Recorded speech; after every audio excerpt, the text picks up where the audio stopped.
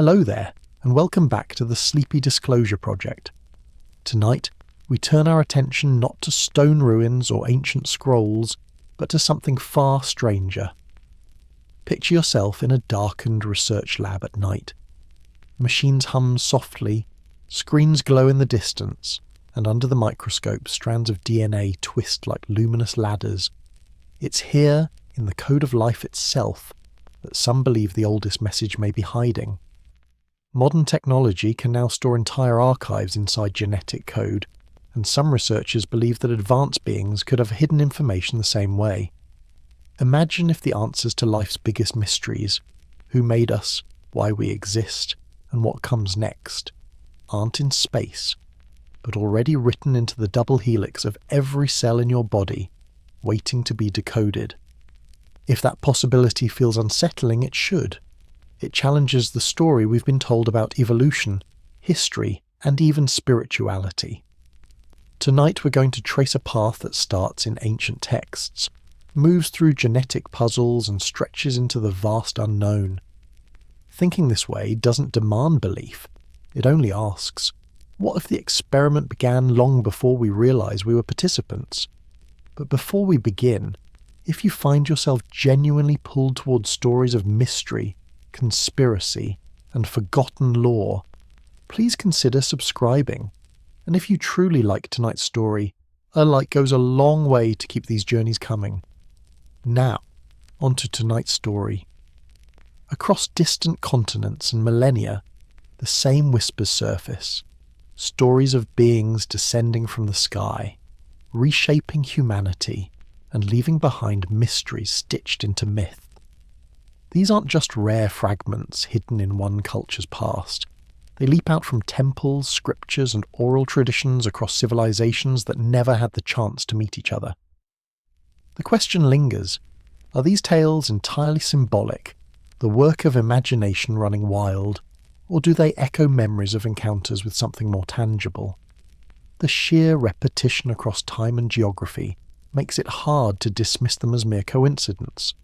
You begin to wonder, if different societies separated by oceans and centuries crafted remarkably similar accounts, what does that say about their origin? Consider the Sumerians. Their tablets describe figures often translated as those who from the heavens came down. Names like Enki and Enlil appear repeatedly in stories involving the shaping of humanity. Workers moulded not from natural soil, but through deliberate design, appearing as helpers and servants to a more advanced order of beings. These are not vague references. They frame the gods not as distant abstractions, but as active agents tinkering with human existence. Now, cross into a different tradition. The book of Genesis tells of man being formed from the dust of the earth under the breath and will of God. Egyptian accounts speak of deities who stepped down from realms beyond and imparted knowledge, ordering chaos into civilization. Different languages, landscapes, and symbols, but the pattern lands the same. Something descends, something shapes, something teaches. Skeptics argue that creation myths evolved to answer the unanswerable. Where did we come from, and why are we different from the animals around us? Stories, they say, provide comfort in a confusing world. That explanation, however, doesn't fully engage with how remarkably similar the details appear. In Mesopotamia, humans are fashioned from clay at the command of gods with real names and family feuds. Thousands of miles away in Mesoamerica, Incan legends describe Viracocha, a being that arrives from the sky to mold people and grant knowledge. Even on remote Pacific islands, figures described as shining or descending are said to have taught navigation and survival skills to early settlers. If these are only symbolic answers to existential questions, why do so many of them paint sky beings as the source? Mainstream historians acknowledge the pattern, but emphasize that shared myths don't require shared realities. Human cultures often arrive at similar archetypes, a mother goddess, a trickster, a flood, because they reflect universal human psychology.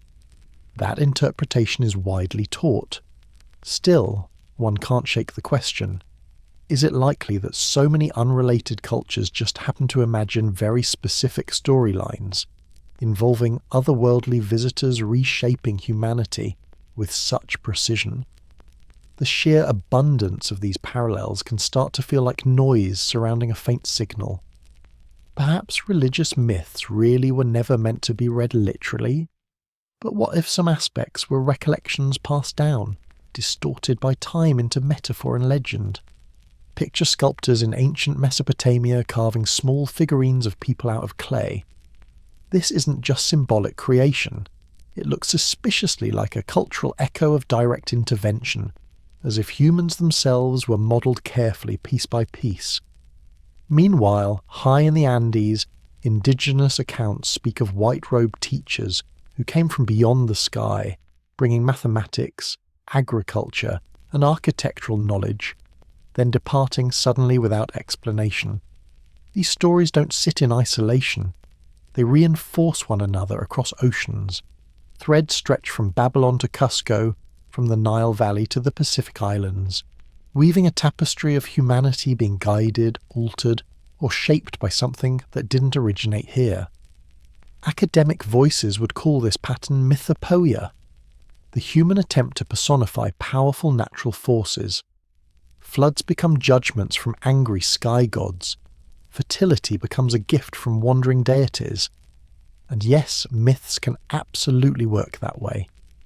But when you hear story after story of teachers from above, or of humans being created through a deliberate act involving clay and skyfire, the repetition builds pressure.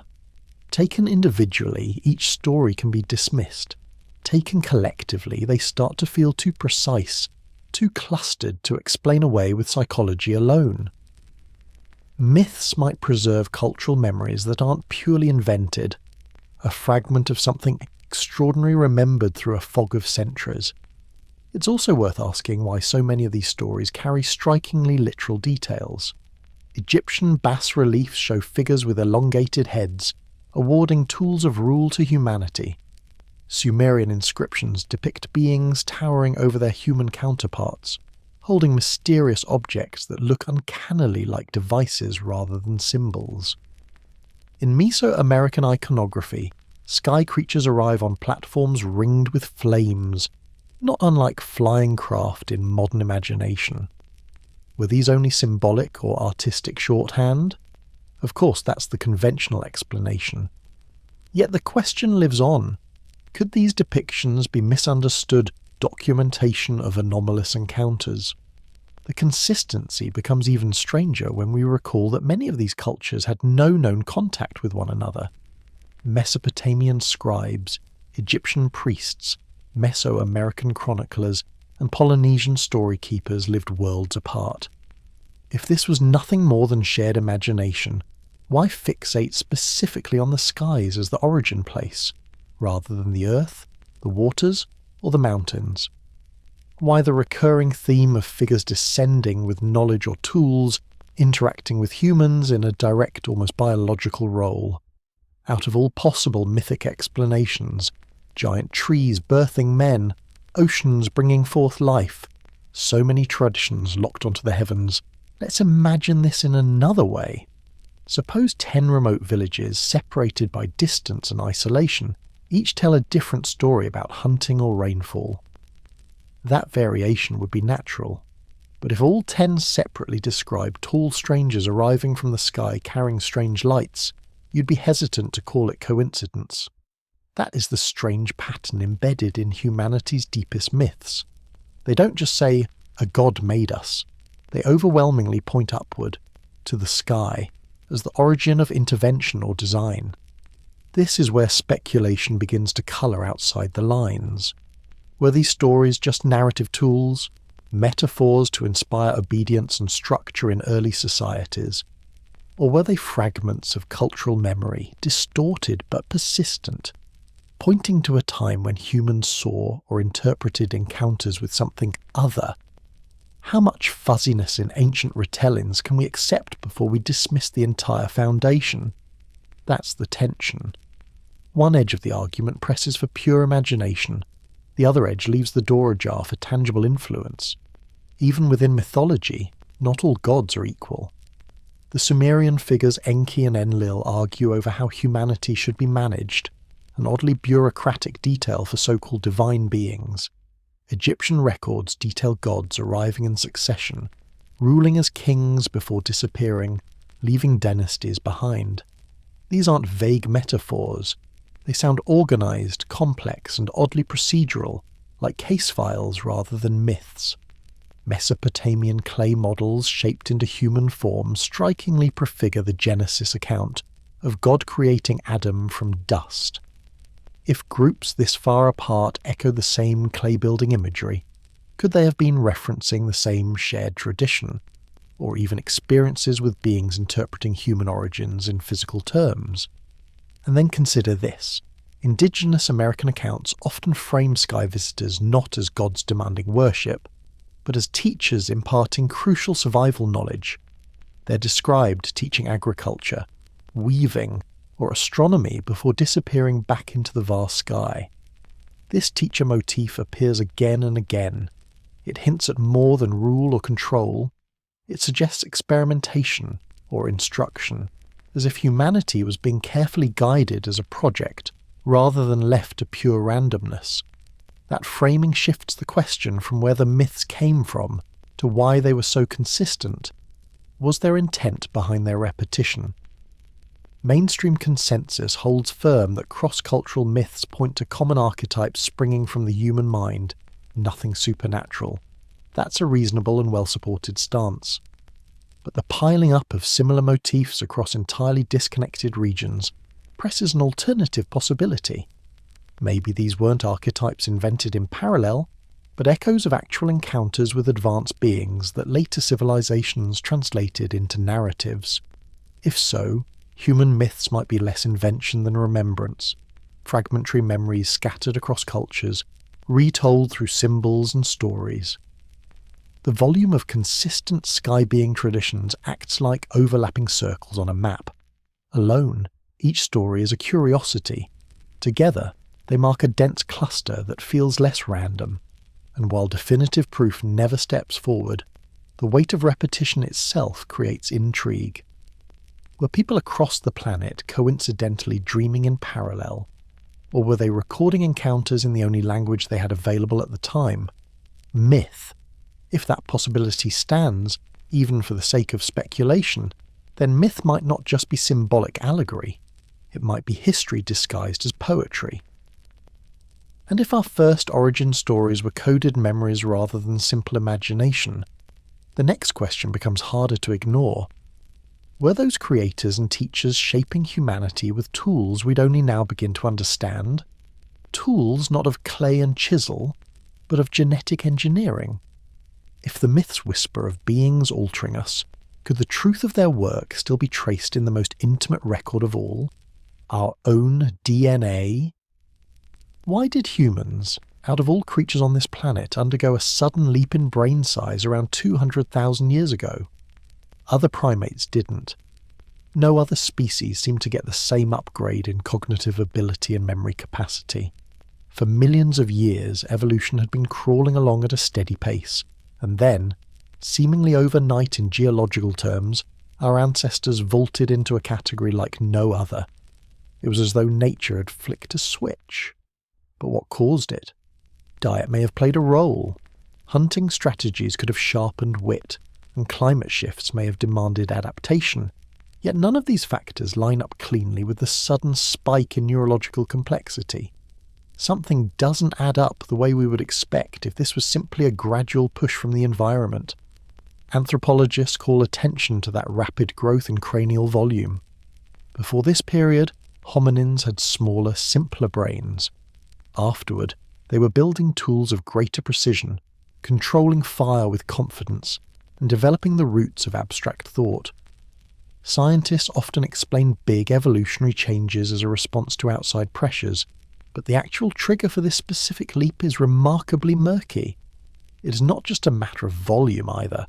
The reorganization of brain structures hints at wholesale rewiring. What has puzzled researchers for decades is why it happened in humans, and not in any other primate species that shared many of the same environments. If every animal is under pressure to survive, why was it only Homo sapiens who suddenly shot ahead in capacity?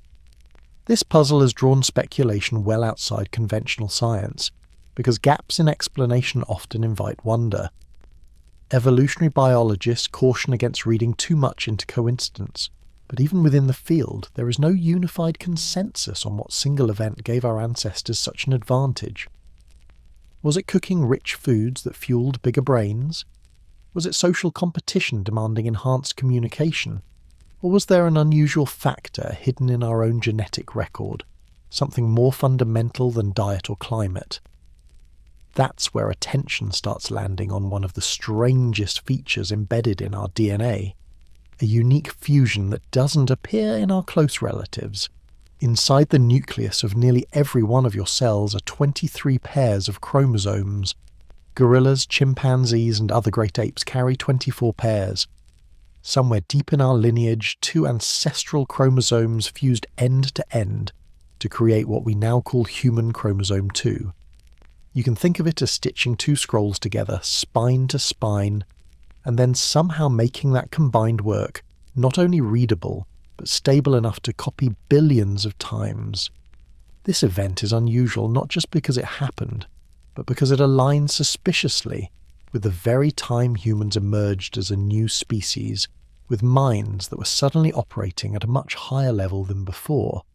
Let's break down what that means without dipping into too much jargon. In apes, the genetic books are separate. In humans, 2 of those volumes are merged into a single longer book. Scientists can still identify where the pages overlap, the signatures of an old end and start sequence smashed together. Yet instead of causing total chaos, the fusion works seamlessly. The result is a chromosome that functions smoothly as part of our set, as though it had always been designed to fit. That's the remarkable part. Normally, messing around with chromosomes in such a way is like crossing the wires in a machine. You would expect problems, not a clean upgrade. And yet in our species, this fusion not only stuck, but coincided with the rise of complex thought and advanced culture. Picture it as 2 separate novels being physically combined halfway through their texts. Under normal circumstances, the storylines would collapse into nonsense. Characters would appear without introduction, plots would get cut, and the result would be unreadable. But in our case, the merge works. The text continues on, as if the 2 books were always meant to fit together. That is how scientists describe chromosome 2. Not a normal accident, but something extraordinary that produced coherence instead of chaos. If chance alone produced it, we're looking at an event of extremely low probability paying off spectacularly. If, on the other hand, it wasn't just chance, then what, or who, might have guided it? Supporters of the alien engineering idea sometimes point here and ask whether this fusion looks suspiciously like a deliberate edit. After all, modern genetics shows us that when human researchers tweak DNA in a lab, they can insert, delete, or recombine sequences in ways that look purposeful rather than random. When Francis Crick suggested life on Earth might have been seeded deliberately, he wasn't specifically pointing to this fusion, but proponents of the theory often treat it as circumstantial evidence of an outside hand. It's not proof, but it's a pattern that seems to echo the myths about intervention we've already explored. At the very least, it reminds us that our species carries a unique and strange signature in its blueprint, one no other primate possesses. Of course, evolutionary scientists counter this by pointing out that chromosomal rearrangements can and do happen in animals. Horses and donkeys have different numbers of chromosomes but can still produce mules. Changes to chromosome numbers don't always lead to terribly obvious function shifts. Yet the timing with human emergence, combined with the scale of the brain shift, is what keeps this particular fusion under a brighter spotlight. To skeptics, it may simply be another quirk in the lottery of biology. To those open to alternative explanations, it looks almost intentional. What matters most for our consideration is how clean the fusion is. That cleanness feels odd, like a puzzle piece slipping into place too perfectly. So let's pause and reflect. If humans seem to carry a mark of unusual genetic editing right at the point they leap forward in cognition, what does that imply? Imagine looking back at the earliest myths, beings adjusting humans, reshaping them for purpose, and then glancing at this biological record, where our genome appears as though someone joined two separate instruction manuals into one complete guide. The parallel itself doesn't prove anything, but it creates a curious echo across disciplines. Myth, archaeology, and biology all whispering about design. And you're left to ask, did chance really line up with such astonishing neatness, or does our very DNA carry fingerprints of something more deliberate? This isn't just idle speculation. Today's biotechnologists are familiar with methods like CRISPR, a tool that lets modern scientists cut and paste genes in an organism with precision. If our present understanding already allows altering the blueprint of life, is it unreasonable to consider that some intelligence, advanced far beyond us, might have done something similar in the distant past? What we now treat as the cutting edge of scientific possibility, another culture could have treated as routine maintenance. In that sense, our sudden cognitive leap and the neatly spliced chromosome resemble not just anomalies, but demonstrations of biological engineering that outrun anything nature usually delivers on her own. So when you hear that Homo sapiens carry a genetic blueprint visibly altered in a way unlike any other primate, remember that this blueprint is not a hidden secret. It is there for anyone to see in molecular biology textbooks. We know with certainty that two chromosomes were fused into one. What remains entirely mysterious is the why. Why here? Why now? Why us? That is the gap where speculation seeps in. Science maps the territories of what happened. Philosophy, and sometimes myth, tries to sketch who or what might have wanted it that way. Into that grey space comes the suggestion of engineered DNA, raising goosebumps for some and laughter from others. What you think depends on how many coincidences you're willing to accept before you start considering other possibilities. And if those other possibilities have some weight, then we're not just talking about mythic imagination anymore. We're talking about evidence of edits in our very cells. That brings us into the uncomfortable territory of asking, are we natural products of time and pressure, or are we test cases built by artisans of biology who knew how to splice genomes thousands or millions of years before us? Our ancestors, perhaps unaware of genetic code, might have translated these interventions into stories of clay-shaping sky beings and divine breath. But today, we can measure the code itself and see where the seams are. You can't avoid that seam when studying the human genome, the scar from where two chromosomes became one, and scars by their very nature suggest an event. This is the kind of anomaly that can't simply be ignored. Mainstream explanations still make sense. Accidents happen. Natural selection stabilizes them if they offer no harm, and maybe the rise of language and cooperation coincided by chance. But the alternative remains intriguing. The coincidence may not be coincidental, it may be intentional. That is why so many alternative theorists return again and again to chromosome 2. To them, it looks like the smoking gun in our genetic narrative, a mutation so precise and so well integrated that it practically shouts intervention. So we're left with a choice in interpretation. Keep to the garden path of evolutionary chance, or consider the possibility of gardeners at work. And even if you lean toward chance, the fact remains. Humans carry a unique genetic feature with uncanny timing in their evolutionary story. That alone is enough to make the mind wander. Because if humans show even the faintest sign of genome editing long before we had words for genes, then the next logical question is, what does our own technology, like CRISPR, reveal about how such a feat could be possible? What if the 97% of human DNA often dismissed as junk was never junk at all? It's easy to forget that label was born out of ignorance, not certainty. When scientists first mapped our genome, they discovered only a tiny fraction of our DNA builds proteins, the structures that form muscles, skin and hormones. The rest, nearly all of it, seemed to do nothing obvious. Since it didn't code for proteins, early researchers tagged it with a word that implied useless clutter, like scraps of writing cut from a manuscript. But as knowledge has grown, that casual name has begun to feel short-sighted, maybe even misleading. Just because we couldn't read it, did that mean nobody else could? Here's what most people don't realise. The sequences labelled junk aren't random letters thrown into the code for no reason. They form long stretches of repeating patterns, repetitions that persist generation after generation. If DNA were truly broken or nonsensical, you'd expect natural selection to erase it over time. Useless material usually gets trimmed when survival is on the line. Yet here it is, passed down intact.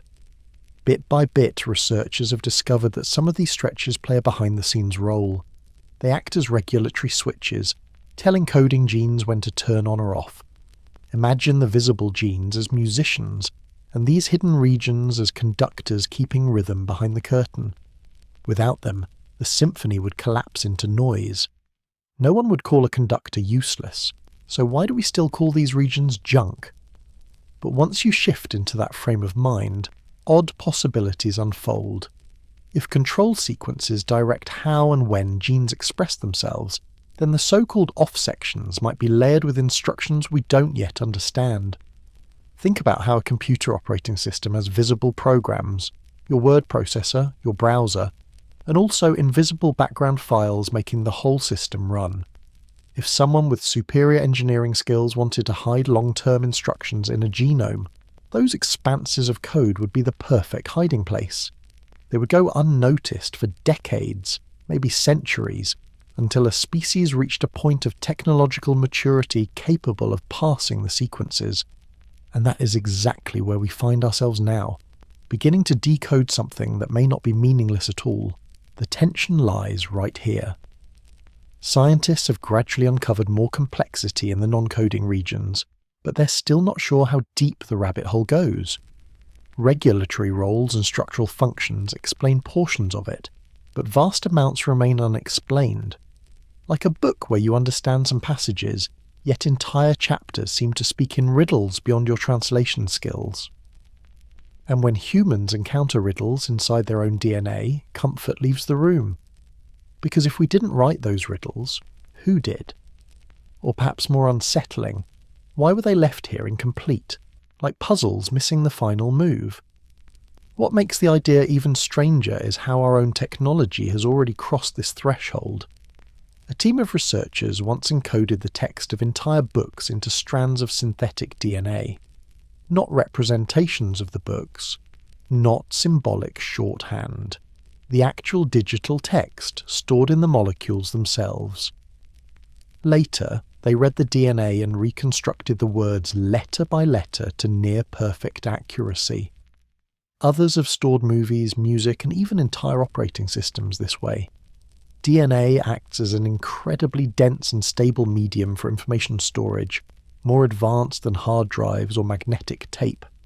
Suddenly, what once sounded like wild speculation, using genetic code as a literal storage system, becomes almost casual. If we can do it now, is it such a leap to consider that others, maybe far older and more advanced, did it long before us? So try holding this in your mind. For decades, humans treated most of their DNA as noise, yet today that noise looks a lot like code we haven't figured out how to read. If coding DNA builds the body, maybe non-coding DNA acts as instructions for long-term behaviour, instincts, or even evolution itself. Imagine if someone wanted to shape a species not just in one generation, but across hundreds of thousands of years. They wouldn't carve tablets of stone. They wouldn't need to leave inscriptions on walls. All they'd have to do is build the instructions into the species' cells, so every child born carries the manuscript deep inside them. We wouldn't detect it until we built microscopes, sequencers, and supercomputers, which of course is exactly what's happening now. To give a modern parallel, think about software updates. Most people only notice when the interface changes or a bug is fixed. But deep under the surface, Layers of hidden code instruct the system to operate differently in ways you don't even recognize. Non-coding DNA could serve the same role, delivering silent updates across the centuries, maybe genetic memories of survival strategies, subtle nudges to behaviour, or biological limits hardwired into us. The parts we still call junk may not be leftovers at all. They might be the operating notes of our design. Of course, skepticism leans heavily against this interpretation. Biologists emphasise that evolution produces plenty of so-called neutral sequences that aren't harmful enough to be eliminated.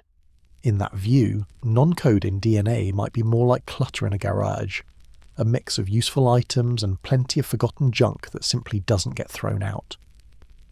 The mistake, according to them, is imagining design where none exists. But even inside that cautious framework, the more we study these regions, the more utility emerges.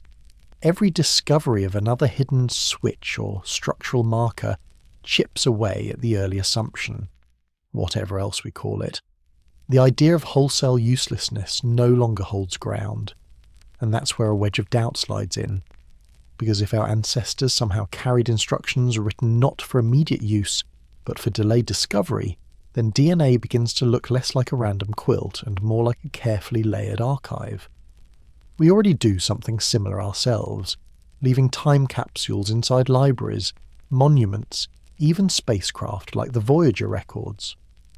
In our case, it's directed communication. We assume it will be found by someone intelligent enough to decipher it. So, is it arrogant to assume we're the first to try such a strategy? Perhaps someone, somewhere long before us, applied the same principle, using the most reliable medium of all, living cells passed down faithfully over eons. What's fascinating is that this speculation reshapes the very language we use. Once, non-coding DNA was junk. Now we recognise it might be dark matter for biology, unseen, misunderstood, but present in overwhelming amounts. Just as astrophysicists keep finding that the majority of the cosmos consists of matter and energy they can't observe directly, geneticists keep running into vast tracts of DNA that stubbornly resist simple explanation. To call them useless seems premature. To call them mysterious is at least accurate, and to call them programmed might not be as outrageous as it first sounds. Think for a moment how different the story becomes if junk DNA is actually code. We would no longer see ourselves as evolved improvisations, but as beings carrying a layered instruction manual. The parts we know explain our muscles and cells, while the parts still unsolved may be directions we've only begun to glimpse. Directions not written by us, but for us. That possibility reframes all of human history. It suggests myths about shaping clay, divine breath, or skyborn teachers weren't metaphors at all. They were ancestral attempts to explain alterations designed deep within us, an explanation translated into the language of gods and rituals. And that's where the question changes tones from curiosity to discomfort. If someone left directions in our DNA, were they just signatures, like an artist signing their work? Or were they operational, commands we haven't yet triggered? For every scientist arguing junk has hidden purposes, another voice wonders if some of those purposes remain cosmic in scale. What if portions we can't decipher are still dormant codes holding instructions that could one day activate? Is evolution still being guided by rules we don't fully understand, waiting for a condition that hasn't arrived yet? We don't need to leap to sensational conclusions. It could be that the regions once called junk hold the nuances of regulation biology simply hasn't unravelled yet. But the irony is clear. DNA that was branded meaningless at the close of the 20th century now feels like a locked vault we only have partial keys to. And like any vault, the more securely it's hidden, the more we suspect that something of value might be inside. So perhaps junk DNA is not an evolutionary dead end at all. It may be evidence of planning, redundancy, or even hidden dialogue embedded into human biology. If we treat it as code, then human life itself becomes a carrier of messages older than written language. Stripping away mystery with the wrong label only blinds us to that possibility. The unknown doesn't always mean useless. Sometimes it means not yet understood. And if our very cells carry sequences that behave like programming, maybe our minds do as well. For every hidden switch in the genome, there may be unseen structures in thought and speech, codes that shape how we communicate, how we imagine, how we even tell stories at all.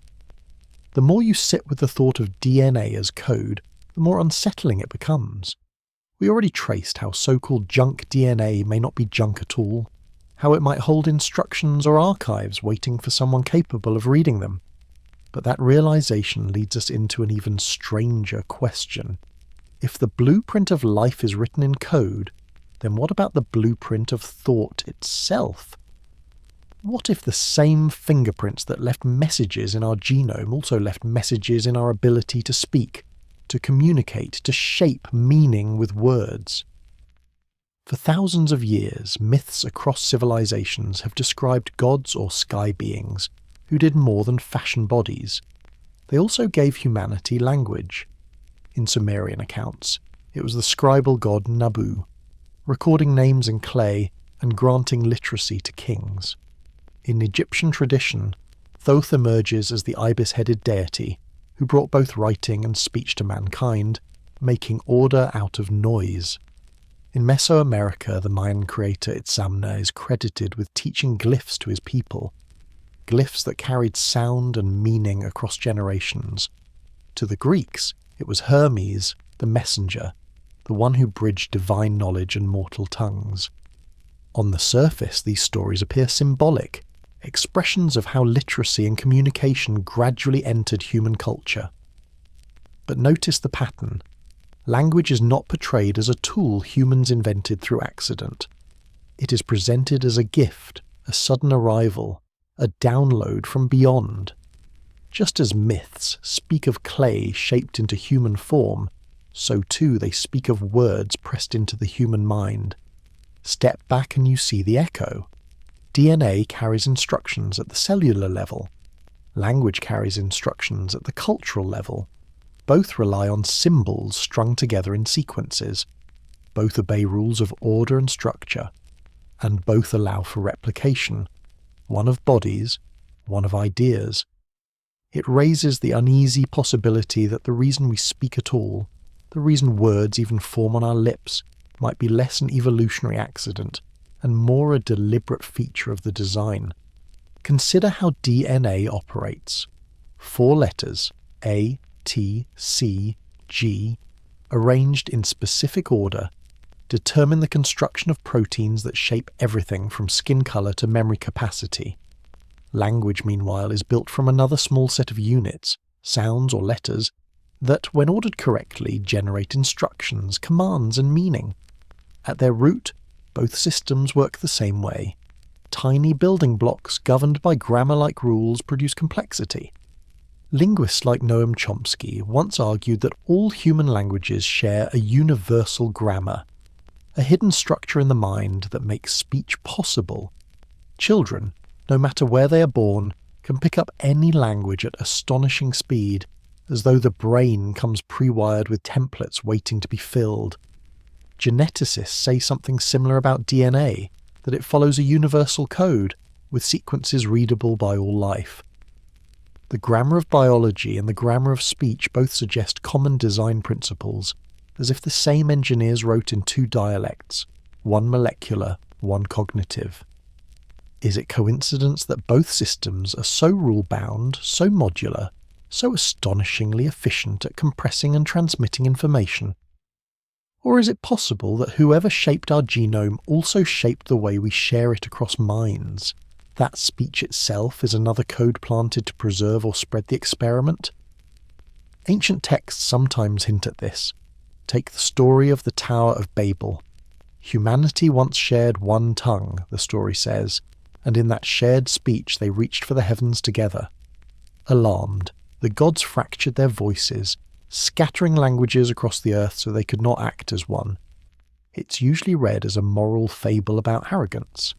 But another interpretation slips through. The manipulation of language as a form of control. If speech can unify a species into collective purpose, then breaking speech apart may be a way of limiting them, keeping the experiment from running ahead of schedule. This image of overseers tinkering not only with chromosomes but also with tongues reframes language itself as part of the laboratory. Perhaps what we call linguistic diversity is not merely cultural flowering, but a programmed scattering, a forced separation to test how communication affects the evolution of intelligence. Did we thrive because we could speak, or did we struggle because we could no longer all speak the same way? In both scenarios, language isn't a neutral tool. It's a variable, something switched, scattered, and managed. The leap from spoken to written language mirrors another evolutionary puzzle. Archaeologists note that humanity spent tens of thousands of years painting images, lions, hunters, handprints, before suddenly developing full symbolic scripts. Mesopotamian cuneiform, Egyptian hieroglyphs, Mayan glyphs, all appear with shocking rapidity, fully formed and complex. They arrive like finished systems, not gradual scribbles. Why would this matter? Because writing turns language into storage. Spoken words vanish in air, written ones persist, and persistence means instructions can cross not only space, but time. If DNA encodes messages within cells, writing encodes them within civilizations. Together they form a double archive, biology carrying one record, language carrying another. And the suspiciously abrupt appearance of writing systems across the world hints once again at intervention, gifts of communication structured to ensure that knowledge survived. Imagine the experimenters layering backup upon backup, the genome as primary code, language as secondary code, writing as tertiary code, redundancy upon redundancy, ensuring that even if one channel collapses, another preserves the record. Modern science gives us another eerie detail. Studies show that specific sounds carry emotional weight across cultures. Sharp, high-pitched syllables often indicate smallness or urgency. Deep, rounded tones often signal largeness or gravity. These associations seem hardwired, not learned. Babies who cannot yet speak will still react to these sound patterns instinctively. Could this be accidental? Perhaps. But it also hints that the very phonemes of speech might carry instructions, like acoustic DNA, shaping thought and response below awareness. Anthropologists have long puzzled over why chants, mantras and incantations in different religions often revolve around repetitive syllables. Om in Hindu tradition, the rhythmic prayers of Gregorian monks, the chants of shamans, they all operate on the intuition that sound itself carries power. If language was seeded as code, then perhaps certain syllables act like keystrokes, triggering patterns in the mind or body. Myths of the word of creation take on new resonance. Maybe the world itself, or at least our perception of it, is structured by sound code embedded deep within. One of the strangest linguistic cases comes from the Amazon. The Piraha people have a language with no fixed words for numbers, no past tense, and no complex subordinate clauses. To outside linguists, it looks radically stripped down, almost alien compared to other human tongues. Yet the Piraha thrive with it. Some researchers have suggested their language may preserve an earlier stage of communication, one not bound by the structures we consider universal. If true, then perhaps not all human groups receive the same download. Perhaps variations in language itself are echoes of staggered interventions, experiments running in parallel, some with full grammar packages, some with minimalist code. It's speculation, but it fits the broader theme. Language is not just a neutral evolutionary accident. It may have been planted, altered and diversified with intention. Look again at global myths. In Polynesia, the god Tain is said to have given humans language after creating them from red clay. In the Andes, Viracocha is credited with teaching speech to the first peoples after forming them from stone. In China, the goddess Nua is said to have moulded humans and taught them words. Different lands, different names, but the refrain repeats. Creation is not complete until language arrives. Bodies without words are unfinished. The echoes across continents are too consistent to ignore. Just as myths about sky beings shaping humanity appear everywhere, so too do myths about language arriving as a gift. If the same story repeats in clay tablets, temple carvings, and oral traditions separated by oceans, perhaps it isn't coincidence. Perhaps it is cultural memory, distorted but persistent, of a moment when the experimenters didn't just form our cells, they formed our voices. This brings us back to the DNA itself. We saw how non-coding regions might be misunderstood archives, hidden sequences waiting for recognition. What if language is the outward mirror of that inward code? Genetic code is private, stored in cells. Language is public, shared across minds. One preserves the blueprint, the other spreads it. Together they act like twin systems, one biological, one cultural, both curiously rule-driven. If DNA is the silent code of life, then language is the audible code of civilization. Both may carry signatures of design. Think about what this means for you. Every sentence you speak, every word you hear, may not simply be the product of millennia of trial and error.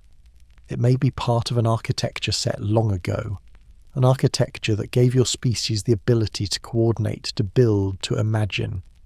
Without language, no myths survive, no histories pass down, no experiments continue.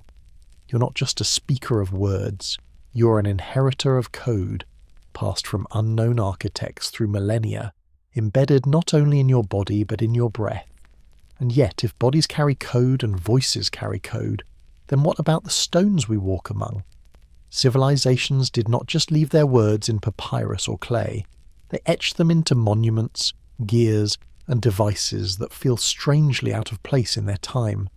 If DNA and language both act as archives, then perhaps artifacts too serve as coded remnants. Physical messages, impossible machines that whisper of knowledge seeded and lost.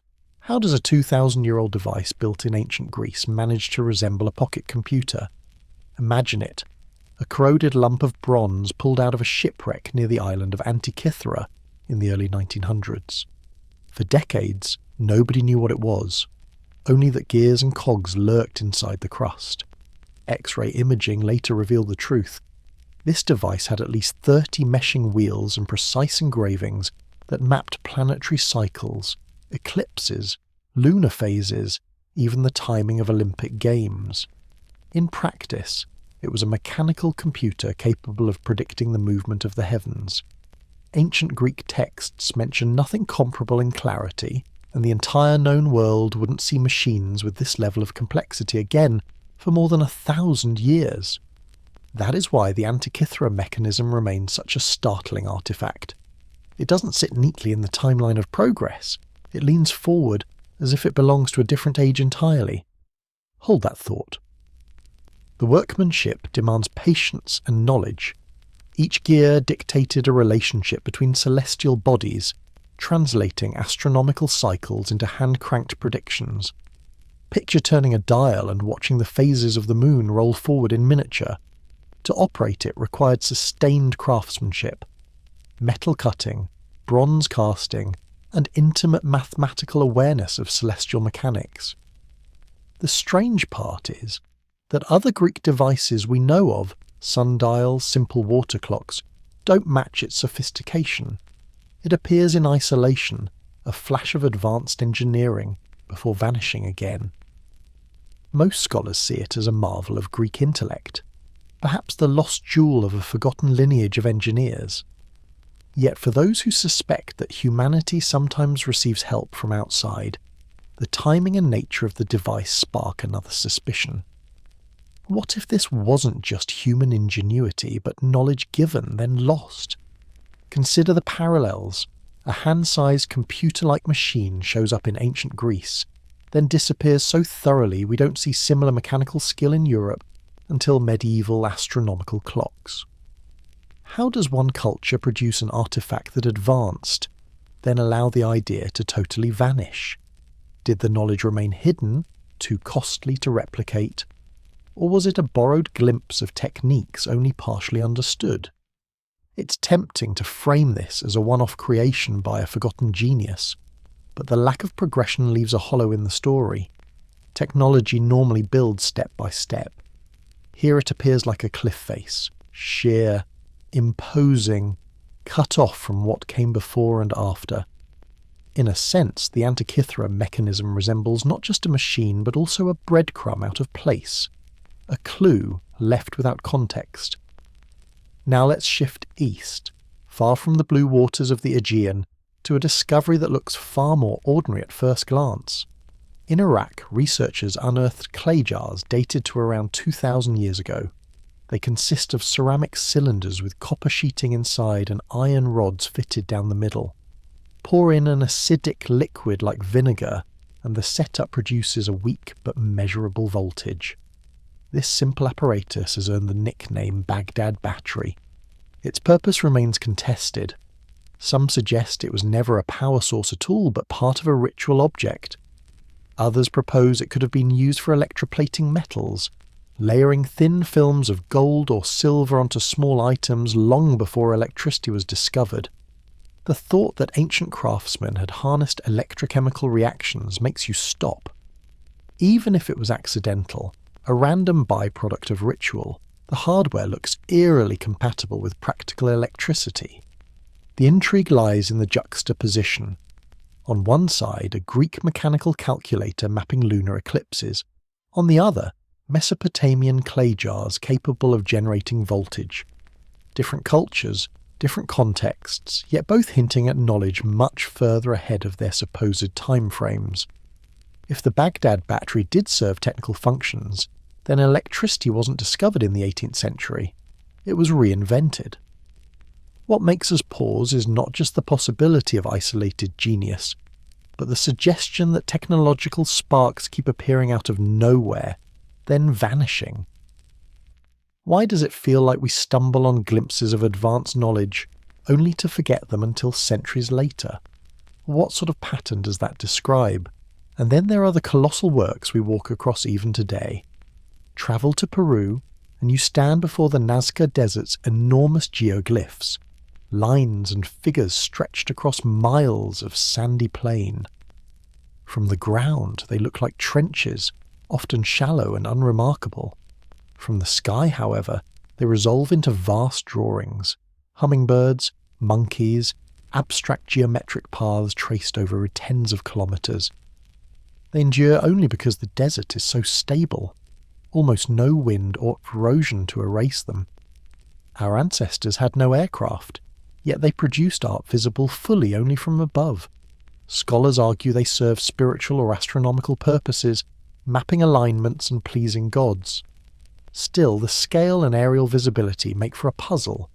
Who are they signalling, and why design messages readable only from the vantage point of a bird, or something higher still? Meanwhile, on other continents, the puzzles grow heavier literally. Enormous stone blocks at places like Baalbek in Lebanon weigh hundreds of tons each, carved and moved without machinery we consider normal for such tasks. At the base of the so-called Temple of Jupiter sits a row of stones among the largest cut pieces ever moved. Archaeologists propose explanations involving sheer manpower and careful engineering with ramps and sledges, and maybe that's all it was, feats of logistics and grit. Yet the efficiency and precision feel out of scale compared to nearby technologies. When you mix monuments this massive with devices like the Antikythera mechanism, the result is an ancient world that looks less primitive and more inconsistent, strangely advanced in flashes, strangely opaque otherwise. We are faced with a dilemma. Do these objects represent isolated blips of genius, humanity briefly accelerating before falling back behind the curve?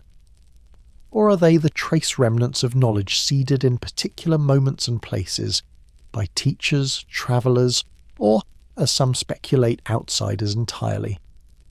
The Antikythera mechanism isn't known elsewhere in antiquity. The Baghdad battery shows up without context. The Nazca Lines stretch messages across desert soil, invisible to any human standing among them. None of these can be dismissed as outright fabrications. They're real artifacts, real creations. The question is what caused their sudden emergence and equally sudden disappearance. We hold items in our museums that feel like pieces detached from a larger set, strange machines and structures that don't quite fit with the rest of early history's toolkit. Skeptics remind us to guard against wishful thinking. Human ingenuity should not be underestimated. A determined engineer could indeed devise a complex gear system in Greece, or an artisan could discover electrochemical reactions by trial. Random discovery happens. Parallel invention happens. Enormous stones can be moved by human persistence and clever mechanical tricks. There's no hard requirement to invoke outside help. That much is true. But even within skepticism, the curiosity lingers about why such inventions failed to ripple outward. Why didn't every Hellenistic workshop begin constructing gear trains once one existed? Why didn't jars producing voltage become widespread across Mesopotamia? Why do cultures sometimes leave us technologies that look ahead of their time and then immediately abandon them? That is where the metaphor of breadcrumbs comes alive. Scattered across different landscapes and centuries, we stumble upon devices and monuments that whisper, "There's more to the story than you expect." Maybe they were accidents. Maybe they were deliberate gifts. Maybe they were rediscoveries of forgotten knowledge, even older than their creators. Each piece lies just far enough away from the timeline we'd expect, pulling our imagination off course. If myths acted as narrative breadcrumbs directing us to consider skyborne teachers, then these artifacts act as physical breadcrumbs, harder to explain away, harder to ignore, and far heavier to carry home. Both suggest trails pointing beyond what human history normally presents. So we're left staring at objects too sophisticated, too massive, or too strangely designed for easy categorization. Maritime archaeologists lifting out the Antikythera mechanism could hardly believe such nuanced gearing belonged to antiquity. Visitors walking across the Nazca Desert see shapes too large to comprehend on foot. Tourists gazing at Baalbek blocks can't imagine dragging them with rope. Over and over again, humanity bumps into anomalies that don't quite keep with the script of gradual development. Historians try to patch the story. Engineers test theories of transport and effort. Yet the puzzle doesn't disappear. It hangs suspended, a gap between what we see and what we believe possible for the cultures that built them. Rather than rewriting history outright, perhaps it helps to hold these anomalies as reminders. They warn us not to smooth every gap in the record with an easy explanation. Maybe the Antikythera mechanism proves a deeper Greek mechanical tradition forever lost in a few burned libraries.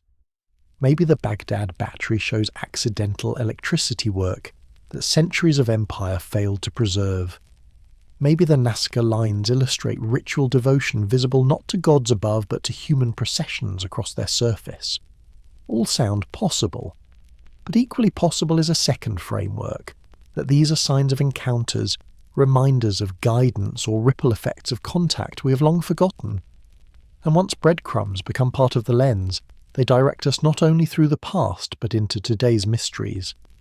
If relics from antiquity carry signals of knowledge too advanced for their supposed context, then what about our present?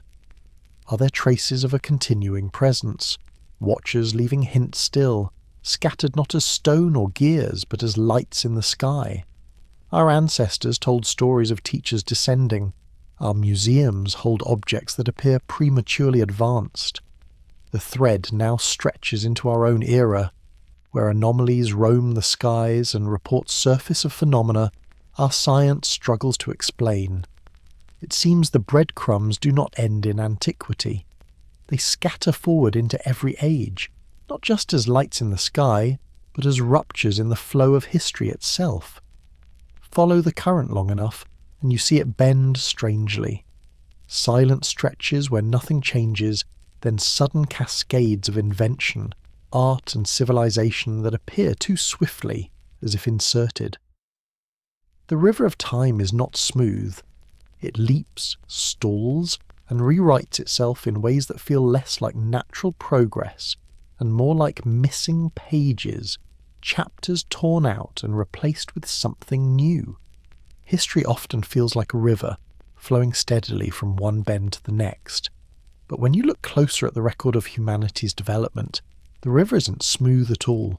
It has abrupt waterfalls, long silent stretches, and sudden surges that don't match the pace we expect. Archaeologists call them transitions, emergences, or explosions, but the language often hides the strangeness. There are times in the human story where change arrives too quickly, too completely, to sit comfortably with gradual progress. It feels less like a stream and more like missing pages, chapters torn out, replaced by sudden leaps. Take the appearance of symbolic art. For nearly 2 million years, early hominins chipped rough tools and lived in relative simplicity. Then, around 40,000 years ago, a burst of creativity flooded the world. Cave walls in Europe suddenly bloomed with images of bison, horses and handprints sprayed like signatures.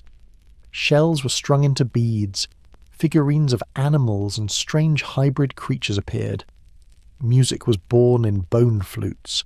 This creative explosion seems to come from nowhere. What had been silence for ages suddenly erupted into colour, sound, and symbol.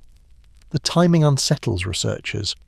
Why would brains nearly identical in size and shape to ours remain quiet for so long, only to awaken in art and story almost overnight? It's as if someone flicked a switch inside the mind, activating an ability that had been dormant all along. Some scientists chalk it up to language reaching critical mass, others to population growth fueling new ideas.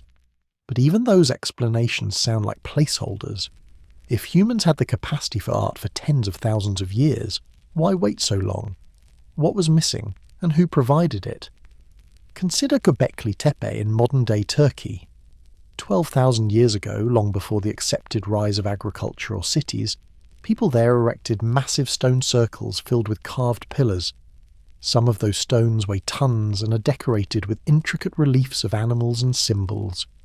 According to conventional timelines, such complexity should have been impossible for hunter-gatherers, yet the site predates Stonehenge by 6,000 years.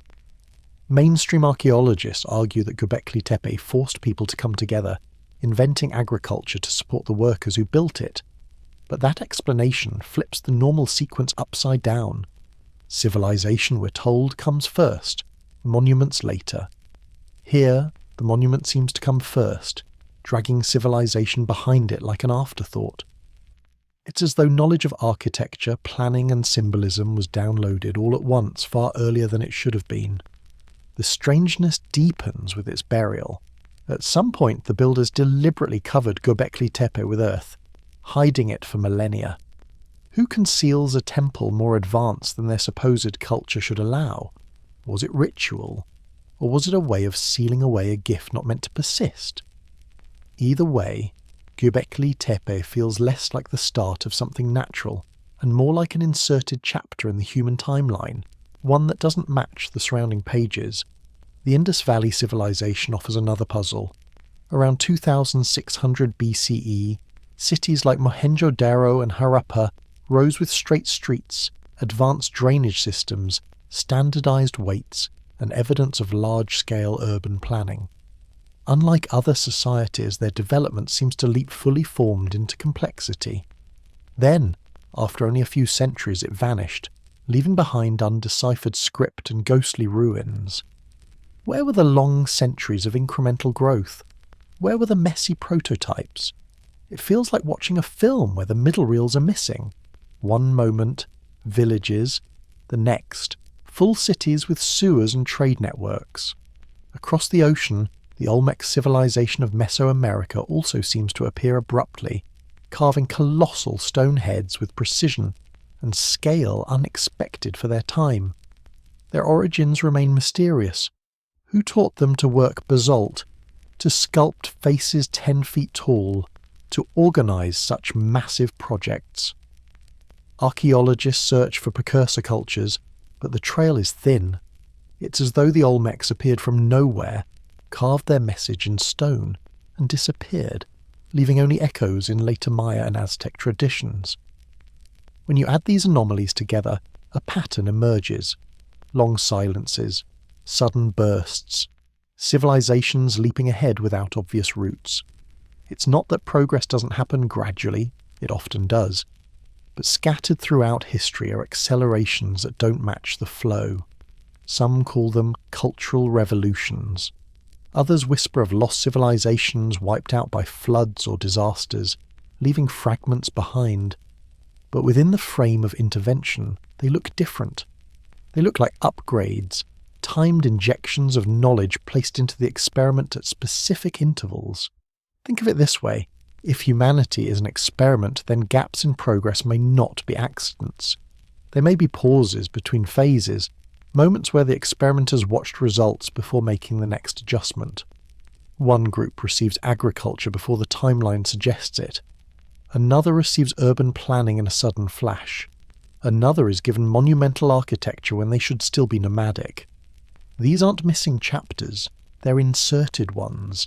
The Lascaux Cave in France holds some of the most famous Paleolithic art in the world.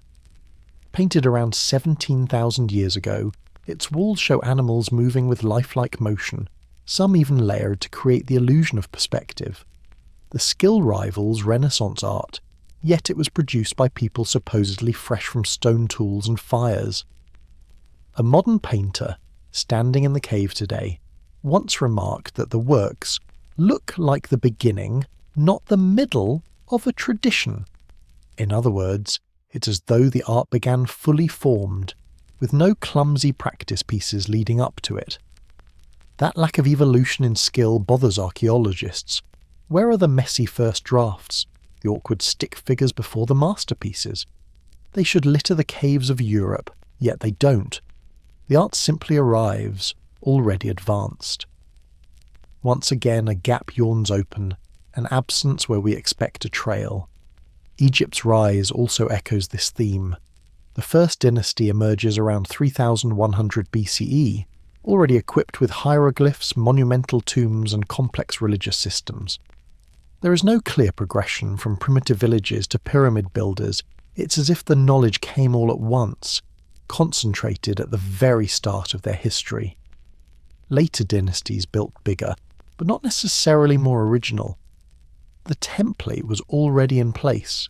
If civilization is supposed to be a gradual climb, why does it so often look like a step function, a stairway where entire rises are missing? Artifacts like the Antikythera mechanism are physical breadcrumbs, scattered anomalies in stone and bronze. But history itself holds temporal breadcrumbs, moments that leap ahead of schedule, leaving us to wonder where the missing chapters went. Perhaps they weren't missing at all. Perhaps they were withheld until someone decided the next phase was ready to begin. The pattern matches the logic of an experiment. Variables introduced slowly, results observed before the next change. Imagine what that means for you, sitting here in the present. If history has been shaped not only by human trial and error, but by external timing, then your culture, your technologies, your very ability to think in symbols may not be fully your own achievement. You're an inheritor of staged gifts, passed down not by random chance but by intention. The gaps in the story are not failures of archaeology. They may be deliberate silences, pauses written into the experiment long before you arrived. And so the question sharpens. If time itself has been manipulated, if whole ages leap forward like programs updated, then what about today? If intervention shaped the rise of art, language, and monuments, is the experiment still ongoing? Modern witnesses claim encounters with beings who continue to harvest, adjust, and monitor. The ancients called them gods. We call them something else. The next step in the story takes us there, into the sky, into testimonies that feel less like myth and more like reports from participants still caught in the experiment. Why do today's abduction stories sound so much like the ancient accounts of sky beings who once collected or reshaped human material? It's an odd thing to notice, especially since thousands of years separate clay tablets from modern reports made on quiet highways or late-night bedrooms. Yet the language of the experiences, even if separated by cultures and centuries, often carries the same tone. Something comes from above, something interacts with humanity, and something retrieves part of us before leaving suddenly, with responses of awe or fear. It would be easier if all of this could be dismissed as coincidence or fiction, but the repetition makes many people pause. It doesn't prove anything, but it does leave the nagging sense that history might echo louder through the present than we want to admit. When you look at modern reports of abduction, a pattern quickly emerges. Individuals describe being taken from cars, homes, or while travelling, often experiencing periods of lost time. They recall awakening in environments that resemble medical facilities, bright lights, cold metal, and figures around them who don't quite appear human.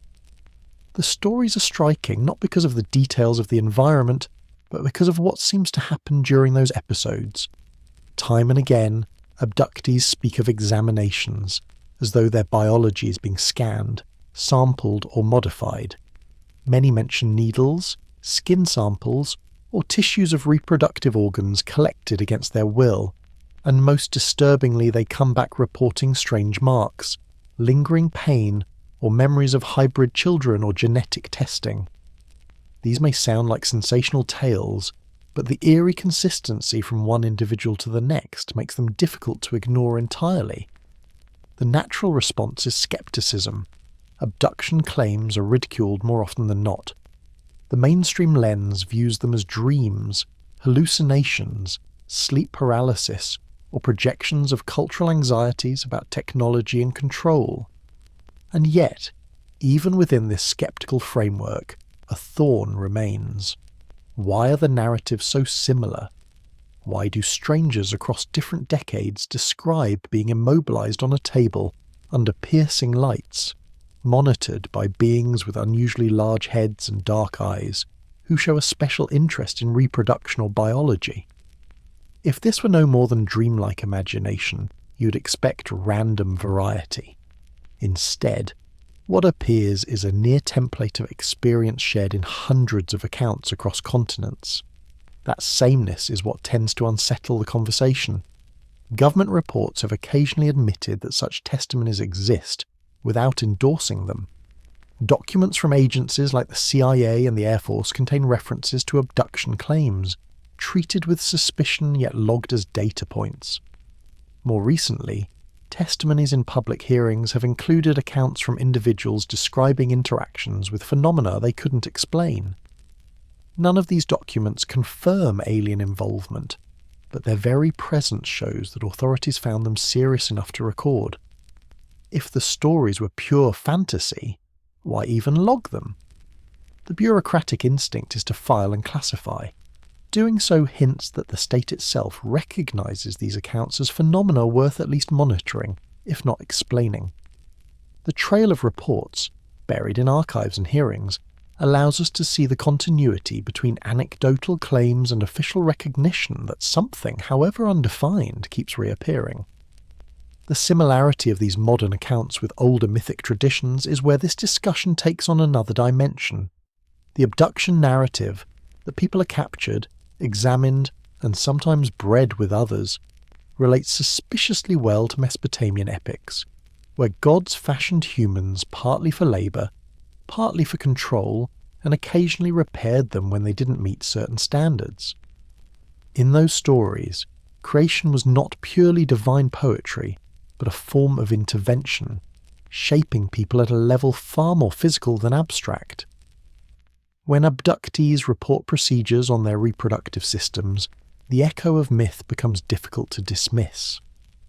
Are both sets of reports, stone tablet legends and modern witness testimonies, describing the same activity through different languages and worldviews? Take the tale of Enki, for example. He was said to intervene in the early experiments that formed humankind, improving or restructuring the original models. Fast forward thousands of years, and we hear stories of beings experimenting with human genes, sometimes even showing hybrids to abductees before vanishing again. The connection doesn't guarantee truth, but it presses against coincidence. When the content of myths and the content of modern abductions dovetail, the mind naturally wonders, Are these two forms of record, one mythic, one personal testimony, tracing the threads of an ongoing project? It's worth pointing out that abduction stories rarely depict simple observation. They involve harvest, and the focus lies overwhelmingly on biological material. Hair, skin, ova, sperm, blood, and even bone marrow appear in abductee accounts. There's an awkward specificity here. Myths about gods taking clay or placing divine breath into beings look metaphorical, but in another light, they resemble narratives masking the same theme. Non-human agents collecting the raw parts of humanity, either to create, to fix, or to manipulate. The old language spoke about breath or soul. The modern language describes samples under lights. Two descriptions, worlds apart, yet both structured around the idea of human material being treated like experimental stock. So what does that mean if we take even an ounce of it seriously? The possibility emerges that what we're experiencing now isn't new at all. It isn't a sudden arrival of visitors interested in us in the 20th century. Instead, it might represent continuity. Different faces, different languages, but the same basic relationship. Humanity under observation, occasionally harvested, possibly monitored in some ongoing process. That dour interpretation makes the alien experiment theory feel more grounded. The experiment didn't stop in the distant past. It never ended. We might simply be its latest generation of participants, repeating the cycle written in both ancient texts and modern narratives. And notice the tone of these encounters. It is rarely communication in the sense we'd expect. We don't hear about grand philosophical lectures, messages of peace, or gifts of abstract wisdom. We hear about cold, technical procedures, medical themes, detachment. If anything, these stories reject the fantasy of benevolent space brothers. Instead, they describe supervisors checking stock, extracting material, and putting it back. Hardly inspiring. Yet disturbingly consistent with the archetype of teachers and creators who shaped humanity, not for companionship, but for purpose, labour, survival, or broader designs not explained to us. You can feel the discomfort in what this implies. Abduction reports may resonate because they echo our deepest unspoken fears. We're not truly independent, we're not untouchable, and our place might be less sovereign than we assume. If beings with greater technology retain an interest in maintaining us like livestock, it reframes our myths in biological rather than spiritual terms. Creation stories become reports of past interventions. Abduction stories become updates on a project still in progress. The thought that humanity is less a naturally occurring species and more cultivated stock darkens the romantic image of evolution as random triumph. It makes us sound temporary, like an assignment constantly revised. Of course, there are psychological explanations. Sleep paralysis, for example, often creates sensations of immobility, shadowy presences and invasive contact. Cultural narratives shape those hallucinations. In the Middle Ages, the same symptoms produced tales of visiting demons or witches. Today, the technology age projects those fears into the shape of aliens with surgical tools. Skeptics lean heavily on this model as the most parsimonious explanation. But even within these debates, it's hard to explain why the abduction motif maintains such strong similarities worldwide. Why not vast divergence in imagery and procedures? Why the sterile lights, the fixation on biology, the reproduction themes? That's the uncomfortable puzzle that remains even when all psychology is accounted for. And behind that puzzle sits an even larger hunch. What if the motives haven't changed since the first myths described? If sky beings once created or adjusted human prototypes, maybe what people experience now are the maintenance visits of the same architects. They may not have left at all, but continued in quieter form, adjusting, fine-tuning, experimenting across generations. This casts modern abductees not as anomalies but as unwilling data points in a continuity stretching back to the dawn of written story. The question isn't whether the experiment began yesterday, it's whether we've ever lived outside of it, Seen this way, ancient text and modern testimony merge into one narrative, a relationship between humanity and others who intervene not with overt conquest, but with hidden oversight. It's a quieter form of domination, through control of biological destiny, not land or resources. Unlike wars recorded in history, this story lives inside cells and blood, whispered through scars and lost hours of memory. And if that's true, then it doesn't matter whether the myths described gods or the present calls them aliens. To those undergoing the procedure, the difference probably wouldn't matter. The essence of the experience is the same. Someone else has a hand in shaping what we are, so the thought creeps in that our current accounts of abduction may not be science fiction's invention, nor mass hysteria. They might represent the latest reports from a timeline of intervention stretching across ages. What would this mean for us now? That our species is not simply evolving on its own terms, but still supervised, still catalogued like an ongoing experiment, which turns the most unsettling question back on us. If the experiment is still in motion, then what exactly are the experimenters waiting for, and what stage of the process do we currently represent? The myths, the abductions, the claims of genetic interest, they might be chapters in the same large volume, playing out over thousands of years. And if that interpretation carries any weight, then science and history aren't describing separate phenomena, but two perspectives on the same relationship. The clay of Mesopotamian figurines and the biopsies of modern abductees are just different dialects of the same language, the language of intervention. That possibility moves the horizon back further still. If the intervention continues in the present, maybe it also began far earlier than we think. At what point does supervision stop being about one species and start being about the origin of life itself? Were the first cells seeded deliberately, not as accident but as experiment? Were humans simply the latest revision in a much longer series of prototypes planted in Earth's soil? This is where the trail of whispers leads, from ancient myth to modern night skies, and now to the very dawn of biology itself. And so the next logical question surfaces. Did the involvement begin not with humans at all, but with the seeding of life itself on Earth's surface so long ago? If so, then the fingerprints of guidance would not only appear in biology, but in the sky above, the larger framework into which life was planted. From the very beginning, survival on Earth has been tied to celestial rhythms, the turning of the seasons, the pull of the moon, the cycles of light and shadow. If intervention shaped the seed of life, perhaps it also shaped the calendars that life depended on, and it is in stone, not just in cells, that those alignments remain visible. Stand at Stonehenge on the summer solstice. The horizon glows faintly, and the first rays of dawn strike through the heel stone, threading a corridor of light into the heart of the monument.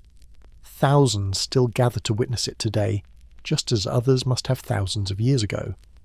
But here's the puzzle. Stonehenge is not random.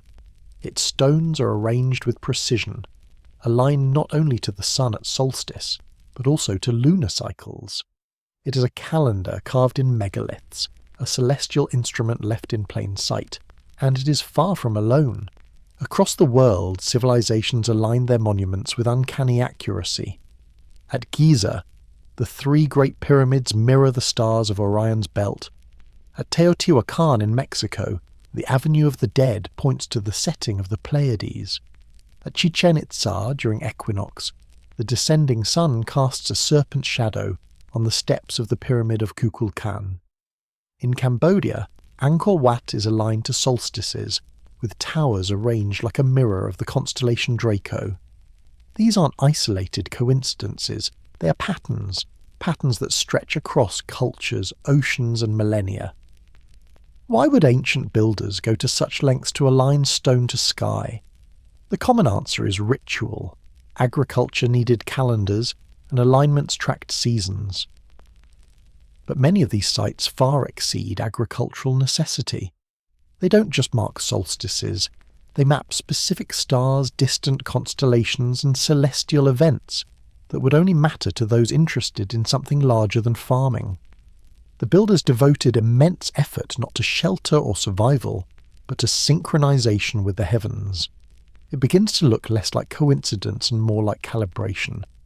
Imagine an experiment where monuments function as nodes, marked to the sky so that anyone watching from above could confirm humanity's progress. Here they are, the alignments say, pointing to Orion, to Sirius, to the Pleiades.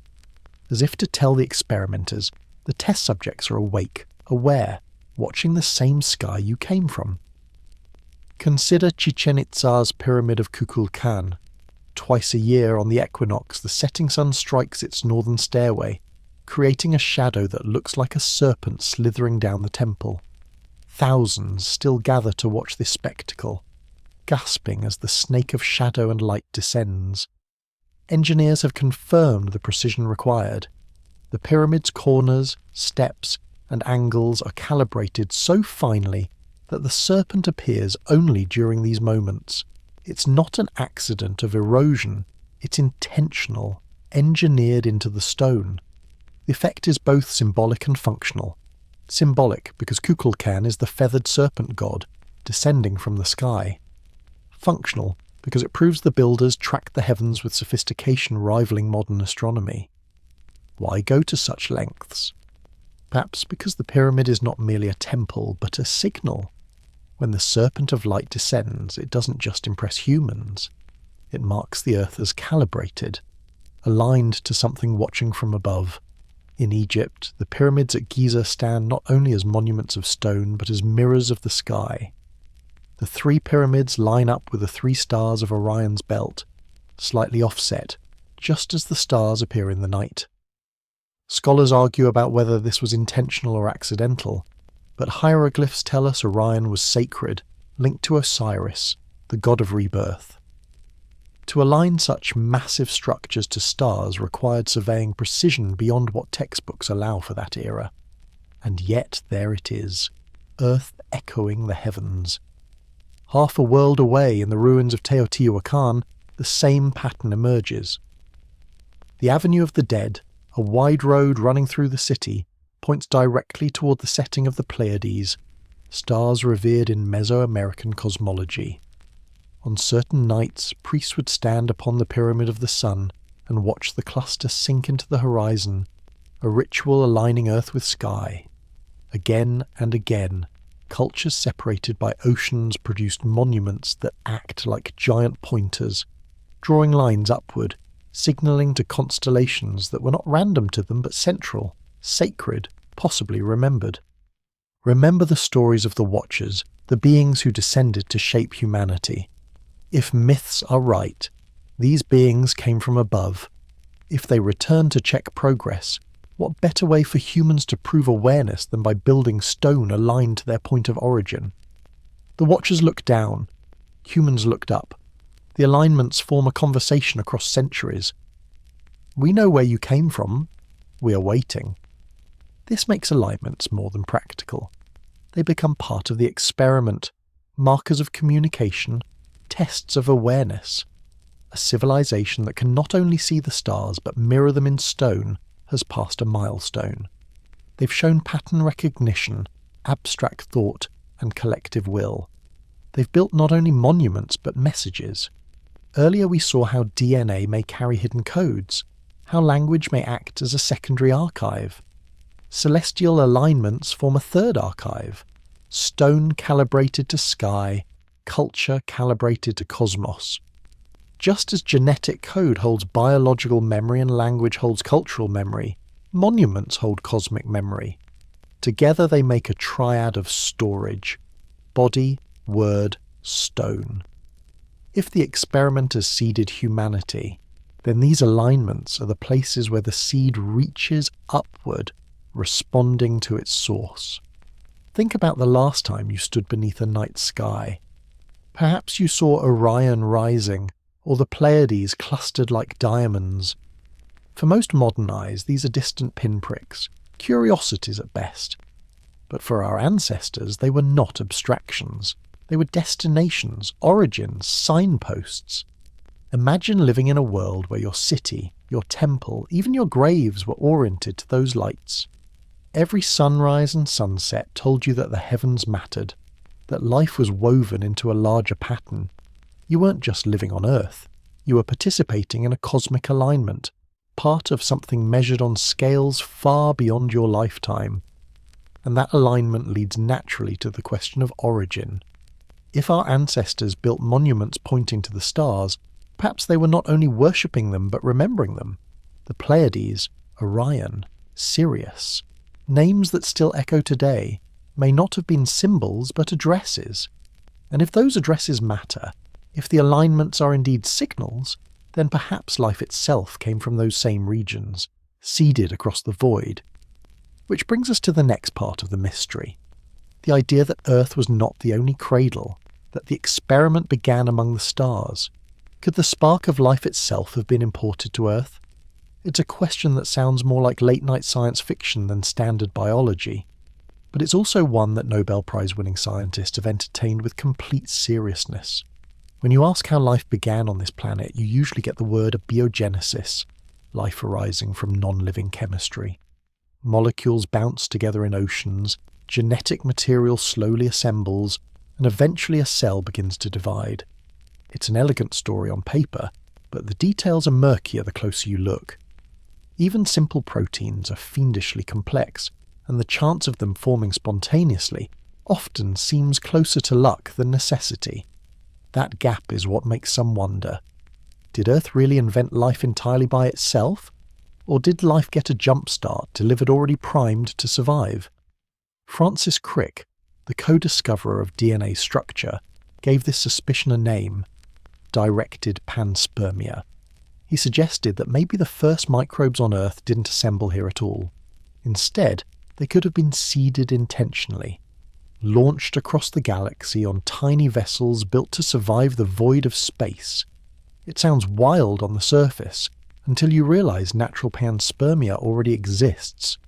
Meteorites crashing between planets sometimes exchange chemical material, and microbes buried deep inside might survive such journeys. If rocks can carry germs unintentionally, then it isn't a huge jump to picture an intelligence making the process deliberate, ensuring planets like Earth receive the seeds of life exactly when conditions allow them to grow.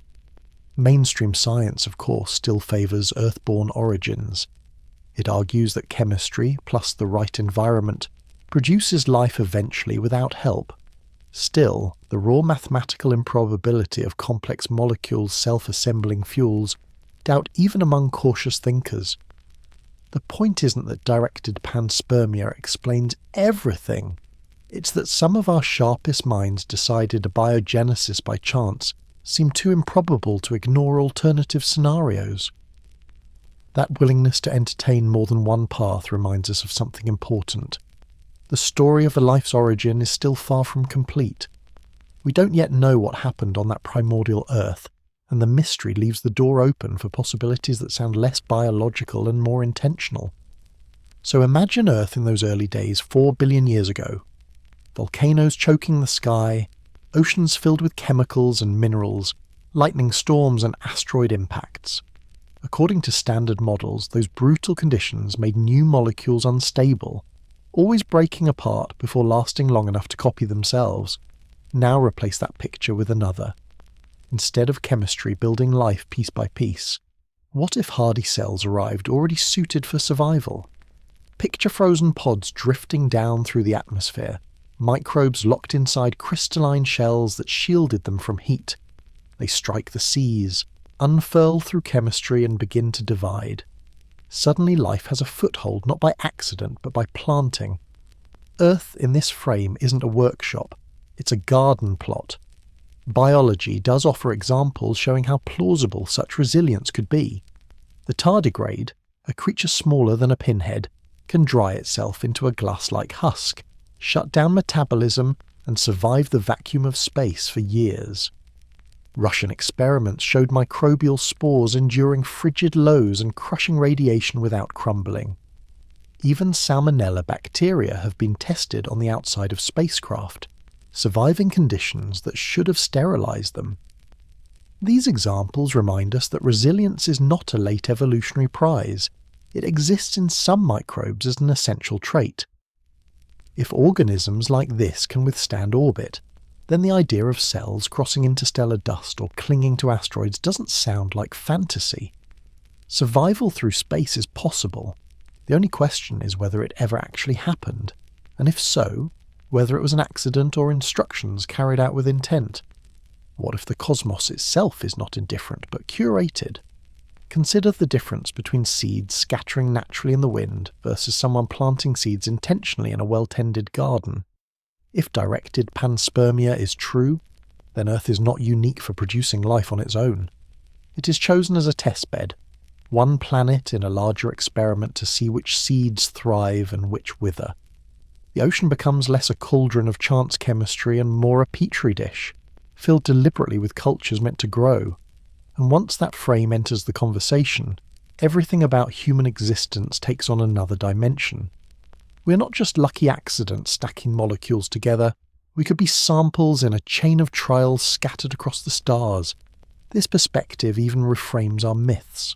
Stories of gods ascended from the sky who fashioned life from clay could be interpreted less literally, but perhaps those myths were distorted memories of knowledge passed down, that we were not solely Earth's children, but cosmic imports. Early civilizations might have intuited that their origins stretched beyond the horizon, even if they couldn't articulate the science. When cultures said their ancestors came from the stars, maybe they weren't speaking only in metaphor. Perhaps they were recalling dimly something deeper rooted in our biology itself. Myths, in this light, are cultural after-images of that cosmic planting. The idea also forces us to rethink the value of resilience in evolution. Why would life contain traits that anticipate extremes it supposedly never faced on early Earth? Why, for example, would some spores withstand radiation levels higher than anything encountered on this planet? If organisms carried by spacecraft can survive better in orbit than on certain regions of their own ecosystems, then those traits hint at adaptation for conditions beyond Earth. They make sense not as accidental redundancies, but as signatures of survival strategy on a galactic scale. It is as though life was designed to spread, armed with resilience as a built-in passport for interplanetary travel. Skeptics naturally object. They point out that even improbable chance events can occur given enough time and high enough numbers of molecules. If the universe plays with dice long enough, one throw eventually lands on life. That scenario doesn't require unseen gardeners, it just requires immense spans of time. But counterpoints remain. Some researchers note that the leap from simple molecules to self-replicating cells involves steps that seem almost unforgivably unlikely to happen through random collision alone. Yes, improbability isn't the same as impossibility, but improbability begs questions about alternate routes, whether seeded from outside or assisted by mechanisms not yet understood. If life was seeded, then Earth's story is cast as part of an experiment, intentional or not. Life expands, adapts, and evolves, not because this planet alone was special, but because someone or something sowed many fields hoping some would bloom. Humanity's presence here becomes less miraculous lottery and more demonstration. The experiment succeeded on at least one world, which, by implication, suggests others might be out there, blooming in silence. Directed panspermia paints the cosmos as a survival project on a scale we can barely grasp. Thousands of worlds acting as scattered test dishes for a living system seeded ages ago. When you adopt that frame, it adds weight to the anthropic question. Why are we here?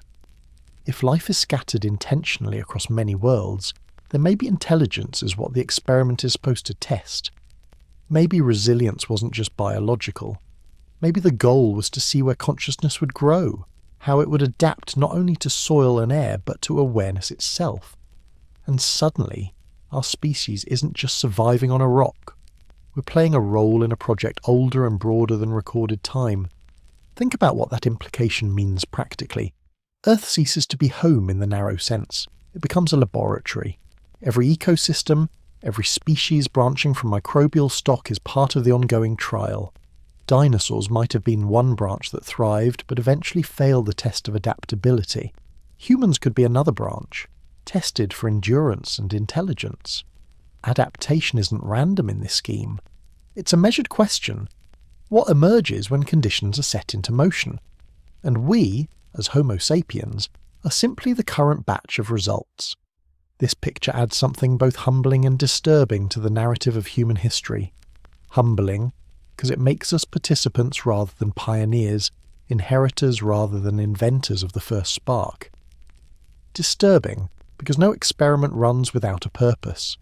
If we were planted, then whoever planted us either wanted to observe, to cultivate, or to steer. None of those options leave much room for pure independence. The very notion of life as experiment strips away the sense of being accidental, replacing it with the weight of being deliberate. And yet many listeners might actually find comfort in that frame. An experiment implies direction. It suggests we're not random debris from chemistry, but participants in a system orchestrated by intelligence. Even if the experimenters are long gone, their touch exists inside us, in every cell that copies itself faithfully, in every adaptation we harness to survive. To call it gardening rather than random genesis gives our presence context. It turns life's origin into a narrative, and narratives always search for continuations. So here's the quiet payoff of this angle. Humanity may not be a cosmic accident. We may be part of a deliberate survival project, one that spans galaxies and epochs. Resilient microbes might be less accidental pioneers and more ambassadors sent with intent. Earth is the soil. We are the harvest. That changes how we think about our uniqueness. Our story might not be that we are rare. It might be that we are one among many. And while that can diminish a sense of singularity, it also casts us as proof of concept in an experiment likely repeated throughout the stars.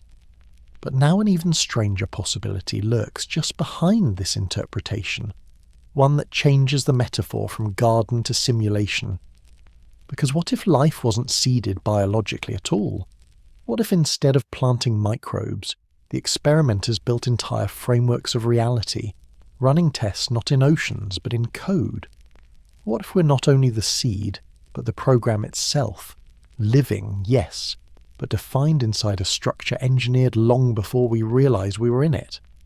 That speculation pulls us from biology into philosophy, into the unsettling suggestion that existence is not only cultivated, but computed. And if that's true, then perhaps the real laboratory isn't only out there in galaxies or machines, it's also inside us. Because if reality itself runs like code, then what about the places where that code bends, where perception falters, where another layer peeks through? The clearest of those thresholds has always been the night, when waking thought dissolves and something else takes hold. If the universe is a program, then dreams may be the testing ground, an inner simulation folded inside the greater one. Night has always been the other half of the human story. When the sun falls and the world slips into shadow, another world begins, one made not of stone and soil, but of visions that bloom behind the eyelids. For most of history, dreams were not treated as private hallucinations, but as messages. Cultures across the planet believed they were visits from gods, whispers from ancestors, or glimpses of realities otherwise hidden. What's striking is how universal this belief is. From the deserts of Egypt to the forests of the Amazon, people did not dismiss dreams as illusions.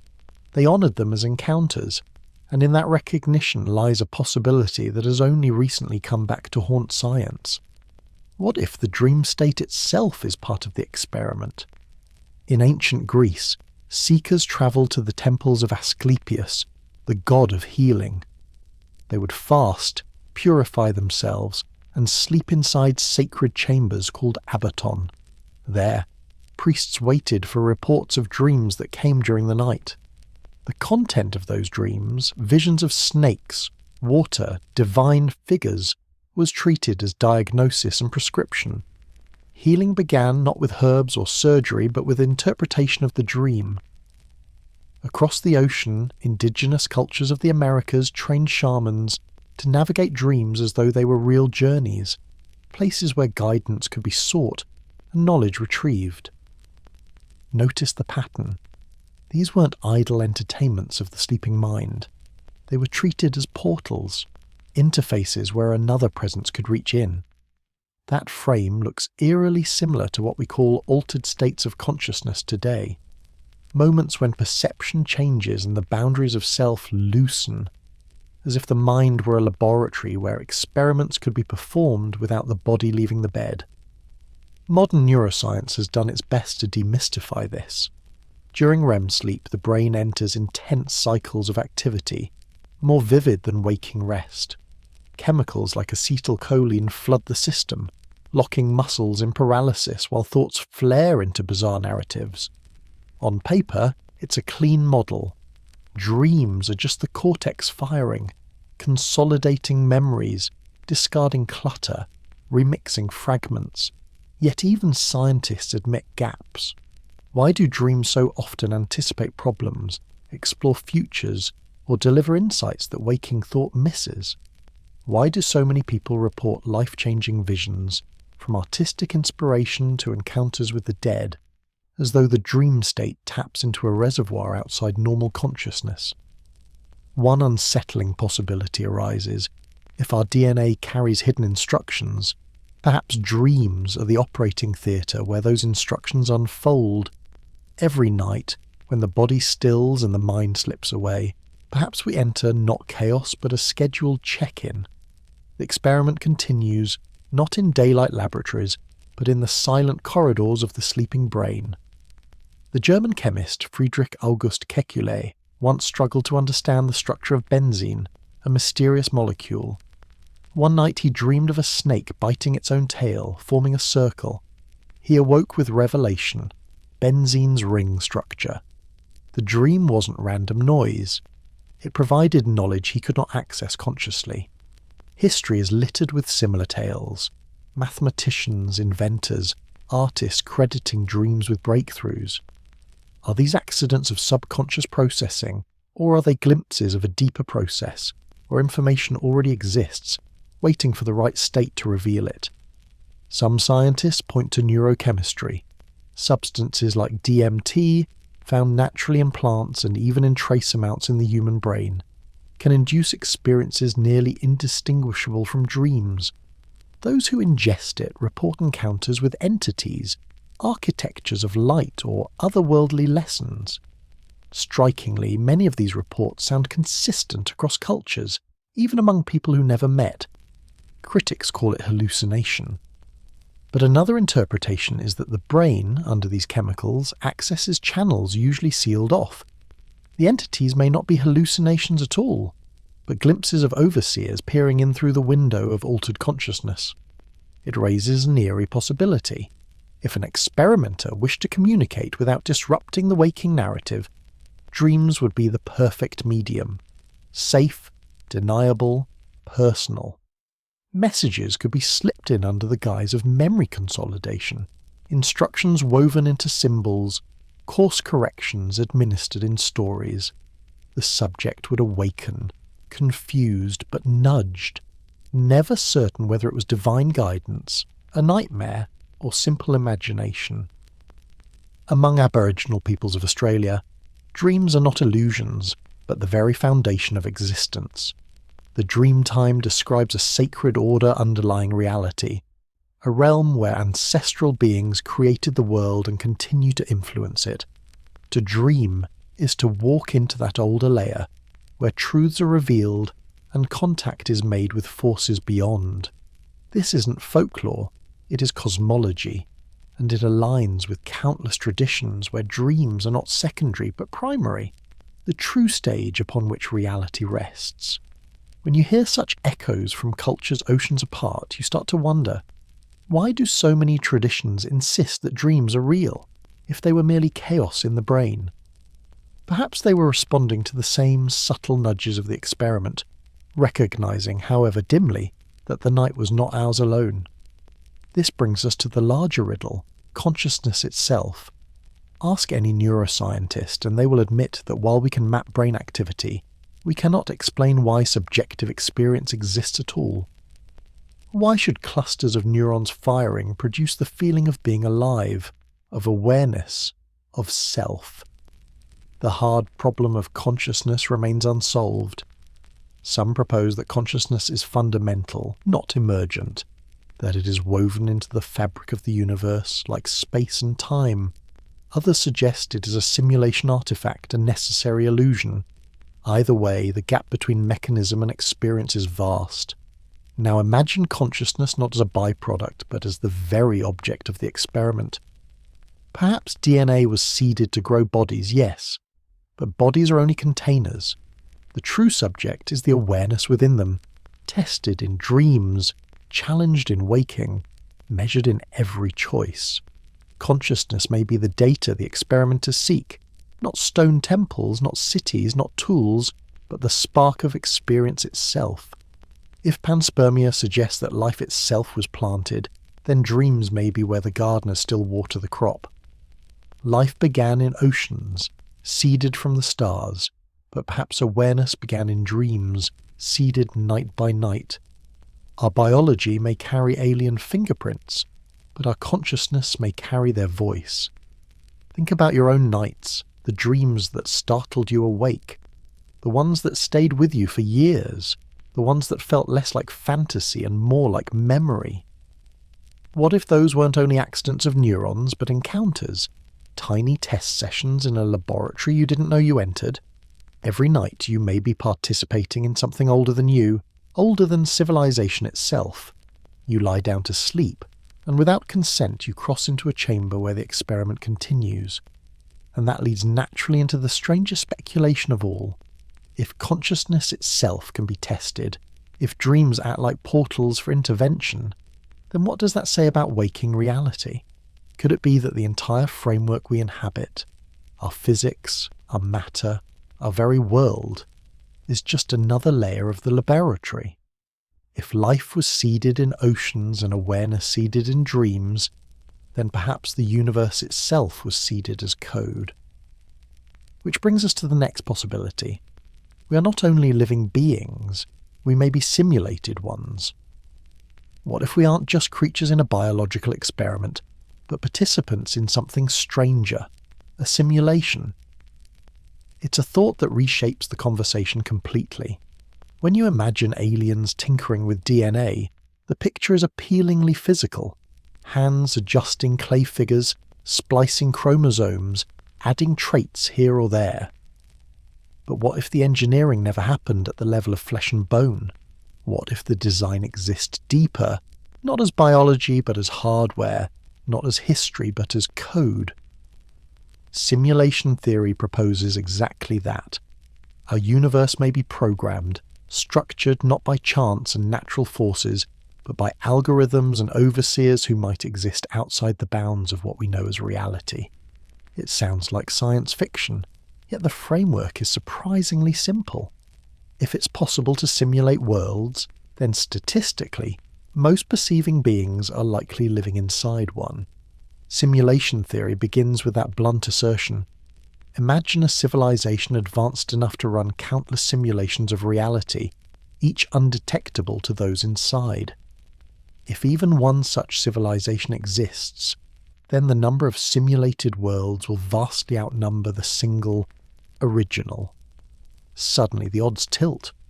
From a statistical standpoint, it becomes more likely that you're living in a simulation than in a base-level world. The unsettling part is not whether such technology exists now. It doesn't, at least not fully. But the recognition that if intelligence evolves beyond our stage, then running simulations of universes might be their natural form of study or entertainment. Our physics becomes their software, our lives unfold on their servers. At first pass, this idea seems absurd. After all, your coffee is solid, your pulse is real, and your memories of family feel unshakable. Nothing about that suggests programming. But then, science already treats our reality as built out of rules, laws of physics, constants that never vary, equations that govern motion with precision. When you see those constants as programming lines, the leap appears smaller. Gravity itself could be a subroutine. The speed of light could be a coded boundary. Matter and energy might not exist in the way we believe, but as emergent effects of instructions written long before Earth cooled into oceans.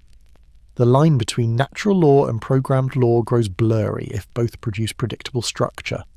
Now picture what that means for the things we've already discussed.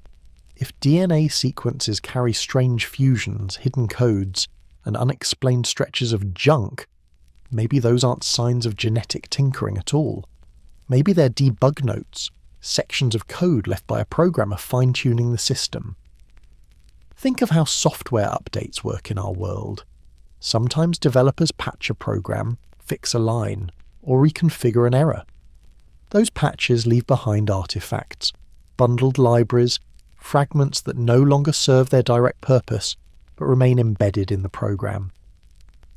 If our DNA carries long strings of code we can't interpret, maybe that's not the residue of evolution, but the artifacts of patches, debug tools the universe itself used during development. In this frame, scientists are not just biologists interpreting natural selection, but archaeologists reading an older programmer's abandoned comments. The glitches we see in biology can fall into this analogy easily. For instance, vestigial structures, tails that vanish before birth, muscles your body doesn't use, or genes inherited but switched off, fit neatly as leftover scripts. A programmer creates species A, repurposes lines for species B, and disables unneeded functions without erasing them. The code remains but doesn't trigger. We treat them as quirks of evolution's blind trial and error. Yet in the simulation model they're code patches, features introduced, then retired, without a clean sweep. That's precisely how computer systems behave as they evolve under debugging. Humans have been looking at leftover code snippets without recognizing them as such. Even myth and abduction stories could be reframed under this model. Encounters with sky beings might not indicate physical descent from above, but intrusions of the system's administrators or avatars appearing within the simulation. Just as developers can spawn characters inside a test program, perhaps entities outside can enter our world when necessary. Abductees describe medical examinations, but what if those are nothing more than system administrators extracting or modifying DNA for testing, debugging through avatars? Folklore from gods descending to glowing lights in the desert sky could describe patches and system probes translated into cultural language. The mechanics feel less biological, more digital. But doesn't that strip all mystery away? If everything is simulation, then myths, anomalies, and even scientific puzzles all become rebranded as features of the code. That's both liberating and terrifying. On the one hand, it means no gods, no alien hands, just layers of software operators maintaining or abandoning test realities. On the other hand, it keeps the frame of experiment alive, but now digital. The alien experiment isn't grafting DNA, but curating simulated environments to see what emerges when conditions are arranged a certain way. In this light, Earth and humanity might simply be one test case among many, a scenario being run on cosmic hardware for outcomes its creators monitor. Just as a game company produces countless versions of a virtual world, altering variables in each, the experiment here may involve rerunning scenarios repeatedly. Maybe this universe you occupy is version 6343 out of millions. Each generates different outcomes. One where intelligence never evolves, one where it collapses early, one where it advances into space. The simulation resets, recombines its parameters, and continues testing. And that means the version we call reality might be nothing more than a saved state, allowed to play further only because something in its outcome held interest. If this sounds abstract, think of video games. Developers often create hundreds of test runs of physics engines. Some runs fail spectacularly. Objects fall through floors, characters glitch into walls, entire worlds collapse under poor code. Developers adjust variables and restart. From the inside, a character experiencing that glitch has no notion of the greater context. Now replace video game worlds with our own, galaxies in formation, life blooming and collapsing, and you have the simulation framework. Iterations kept or deleted based on outcomes. Humanity itself becomes test data, not random, but not permanent either. Even the idea of extinction gains a new layer of interpretation here. Dinosaurs existed for millions of years before vanishing. Was their disappearance the result of environmental accident, or was the simulation terminated for their version of intelligence before another test began? When mass extinctions erase entire categories of life, they might not represent natural accidents but abrupt code adjustments. Too chaotic, restart. Too stagnant, delete. For us, these look like catastrophes. To the coder, they might look like test runs failing and making room for others. What's uncomfortable about this speculation is how mundane it renders our deepest mysteries. DNA editing doesn't require alien laboratories. It's a system update. Ancient myths don't require divine presence. They record administrator encounters. UFOs don't imply spacecraft at all. They appear as rendered probes, testing how awareness reacts to anomalies. And when someone reports lost time or abduction, maybe they didn't travel anywhere. Maybe their character file was simply opened, modified, closed, and resumed. The experience feels disorienting because their continuity was suspended. That pain, those scars, might be nothing more than glitches from save states accessed and resumed imperfectly. But should we take this seriously? The criticism of simulation theory is that it explains everything and therefore risks explaining nothing. If every anomaly is chalked up to code, how do you distinguish real evidence from imagination? Yet its persuasiveness lies in the resonance it brings across so many puzzling areas. Why does the universe appear fine-tuned for life? Because the variables were adjusted purposefully. Why does evolution produce odd leaps and unlikely events?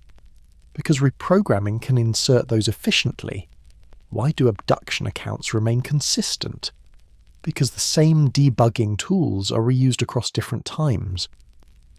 In combining such anomalies under one umbrella, simulation theory sidesteps the need for dozens of separate explanations. Even everyday limitations we accept, like the speed of light, fit as system constraints. In a program, limitations aren't mystical. They keep the system stable. The maximum speed, the energy balance, the conservation laws, these are rule sets written to keep the simulation functioning. Particles, space-time, black holes might all be constructs of efficient computational design. In this model, physics isn't describing ultimate truth. It's describing the rulebook of our current version. Think also of perceived glitches in lived experience. Stories circulate of déjà vu, uncanny coincidences, or reality shifts remembered differently by different people. Skeptics interpret these as brain quirks, memory faults, cultural miscommunications, but through the lens of simulation, they resemble rendering errors or overlapping save states. The Mandela effect, where groups recall alternate histories, resembles file replacement, systems running two versions before converging. The uncanny detail of such stories makes sense if the universe is a program occasionally stuttering. Our lives may play out across updates and patches like characters navigating post-patch changes in a game. There's an irony here. If the universe is a simulation, then the alien experiment requires no physical craft, no hidden laboratories. It requires only programmers. The very fabric of our experience is their laboratory.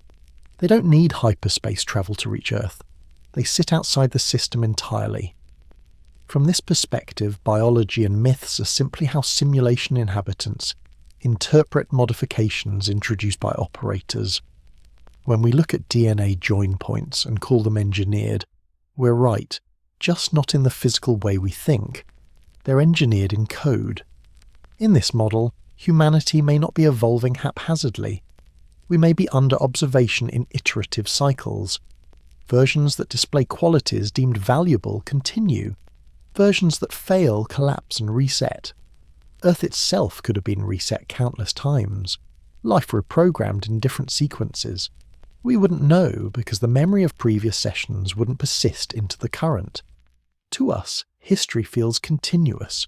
To the system, it may only be the current run left standing, and right now, we're inside it. So here's where the discomfort sharpens. All stories of intervention, divine or alien, may simply be shadows of a system administration, and that raises the same question in a new form. Within a biological experiment, our purpose could be labour or curiosity. Within a simulation, the question becomes, what are we being tested for?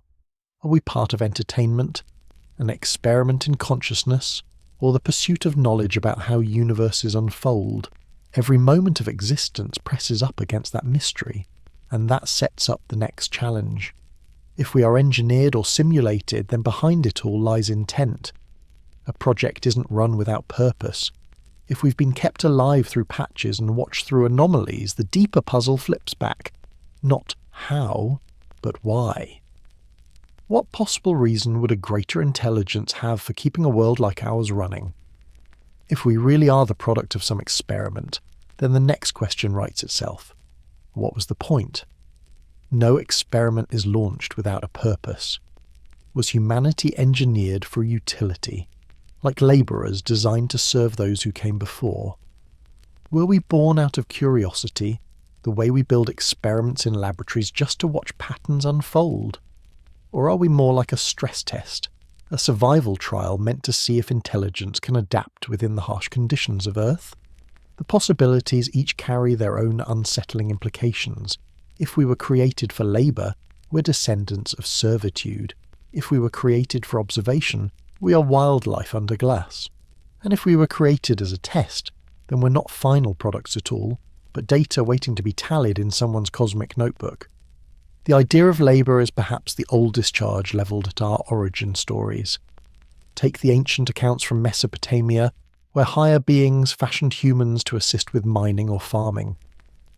Those stories describe creators who needed workers to do tasks they themselves didn't want to spend eternity doing. If you imagine our existence framed in that narrative, then everything about our intelligence becomes less like a gift and more like efficient machinery. Problem-solving skills doubling as tools for construction, language and cooperation structured around performing large tasks, adaptability honed for labour resilience. In that view, humanity is less a chosen species and more a workforce built out of convenience, cosmic contract workers pressed into service. The traces left in myth echo the same implication again and again. Humans exist not for their own sake, but to fulfill a function. But curiosity also belongs as a motive in this speculation. We carry out our own scientific experiments not because we require immediate utility, but because we want to know what's possible. Microbiologists set petri dishes under microscopes to see what grows. Astronomers catalogue stars not because they need each one, but because discovery itself feeds the engine of science. If civilizations before ours grew from the same urge, then humanity might exist not as servants but as subjects. Our thoughts, our mistakes, our progress gathered like notes in a grand study. In that frame, our wars, our inventions, our philosophies, even our failures might be less tragic and more vital because they add data to the question. What happens when intelligence is seeded in these circumstances? We would be the case study, the series of results still unfolding, and then there's the survival trial hypothesis. This one casts humanity not as labourers or lab rats, but as competitors in a test designed to measure who adapts best. Maybe the designers seeded life across multiple planets not to serve them or to amuse them, but to discover which lineages could endure stress, catastrophe, and change. Survival itself becomes the experiment. Earth becomes the arena. And intelligence is not evidence of divine favour, but one possible adaptation among many. Dinosaurs dominated in mass and size, but failed in intelligence. Humans cling less strongly to their environment physically, but adapted cognitively, creating tools and systems that carry them through upheaval. In this line of thought, every generation is a data point answering the question, can conscious beings learn fast enough to survive instability? If so, the experiment demonstrates success. If not, the trial is over. The unsettling part is that each possible motive strips humanity of autonomy in a different way. If built for labour, our lives are echoes of an original enslavement. If observed for curiosity, our private triumphs are little more than public data. If tested for resilience, our struggles aren't our own. They're staged trials designed to measure outcomes. It is one thing to imagine being watched by gods or overseers. It's another thing entirely to frame existence itself as a tool, the meaning we cling to every day unrelated to the purpose we were assigned at the beginning. The psychological burden of that notion is heavy, because if the experiment was never for us, then who was it for? Some thinkers explain this as the zoo hypothesis, a theory suggested during attempts to explain the silence of the cosmos. It proposes that Earth itself may be a preserve, not too different from a zoo enclosure, where species are allowed to behave naturally while higher watchers observe quietly from outside. The visitors rarely interfere because contact would ruin the experiment. Just as biologists sit motionless with notebooks in hand, watching herds behave naturally, perhaps the same is done to us. The few glimpses of UFOs, the scattered myths of gods descending briefly, might be equivalent to zookeepers peeking in, checking the health of the stock, then retreating before the residents notice. This hypothesis would explain the eerie absence of open contact. It's not accidental, it's policy. A preserve only functions if its inhabitants are unaware they're inside. How does that make you feel? For some, it leads to resentment. Nobody wants to feel like a lab rat or zoo specimen. Yet, in another light, participation in an experiment can add a strange weight to existence. If we were chosen, engineered, or cultivated, then our existence is not random. It's contingent on purpose, even if that purpose belongs to someone else. That can strip away freedom but also amplify uniqueness. In a universe cold and empty, being noticed, even as a monitored subject, means significance. It means someone cared enough to shape conditions to bring us into being. While that doesn't necessarily add comfort, it does add magnitude. Our story is embedded in a larger one. That tension is what makes this discussion more philosophical than scientific. Does engineered origin diminish us, stripping away meaning because our choices belong to a system built without our consent? Or does engineered origin amplify us, making humanity rare, a species selected for participation in something larger? If an archaeologist one day found proof of deliberate engineering carved into our DNA, steady minds would still fracture over the meaning. Some would see dependence and despair. Others would see providence and marvel. And neither stance cancels out the other, because meaning doesn't sit in appearance. It sits in what humans decide to assign it. If nothing else, the very capacity to think about purpose is its own defiance of predetermined role. That's the thread that offers a small payoff here. Whether we are random chance or engineered purpose, humanity reserves one privilege: to interpret. No matter if our blueprint was drawn by natural chemistry or advanced architects, we are the ones who create religions, philosophies, jokes, and questions. We look at the stars and assign hope or despair as we wish. We've been given, or we've seized, the ability to define ourselves. If that's all agency affords us, it's still enough to turn servitude into significance. That flexibility, meaning shaped by minds rather than by makers, is itself a type of freedom. Perhaps the only one that matters. Still, even after granting ourselves that freedom, the question lingers in the background. If we are part of an experiment, experiments end, or they progress to their next stage. If Earth is a preserve, zookeepers eventually step through the gate. If we are data points, studies eventually require conclusions. That unsettles the discussion more than anything else. Because the moment you accept we might be engineered, you must also accept that the designers, watchers, or administrators could return. And the return carries consequences. Were they satisfied with the results? Will they intervene to redirect humanity's path? Do they arrive as caretakers, owners, or simply researchers concluding the study? Those possibilities unsettle us not because they seem far away, but because they feel immediately relevant. In every strange light in the sky, in every technological anomaly, in every whisper of otherworldly presence, the quiet question remains: is the arrival of those who made us still ahead, or have they been here all along, waiting for the right moment to check their work? The uncertainty cuts both ways, because even as we wonder if the experimenters might return, another realization grows harder to ignore. Perhaps they don't need to. Perhaps the next stage is already unfolding, not from above, but from within. For the first time, humanity holds tools once reserved for the designers, and that shifts the question entirely. The real issue is no longer only what happens if they come back, but what happens now that we are learning to take their place. When you look backward, the story feels like scattered interventions, codes left in DNA, voices planted in language, sudden leaps in time, monuments aligned to the stars, all of it pointing to a guiding hand, a presence shaping humanity's path. But what happens when you turn your gaze forward instead of back? The unsettling realization is that humanity may be stepping into the same role once held by the experimenters. We are beginning to become them. For billions of years, DNA evolves slowly, shifting through mutation and chance. But in the past few decades, something new has arrived: CRISPR. With a pair of molecular scissors, scientists now cut and paste genetic code like programmers editing text.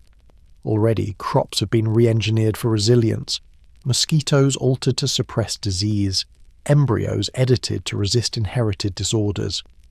The first gene-edited children have already been born. The blueprint that once seemed untouchable is now open for revision. Pause on that thought. If humanity itself was the product of a prior edit, if someone once fused chromosomes or slipped new sequences into our genome, then we are now replaying the same act.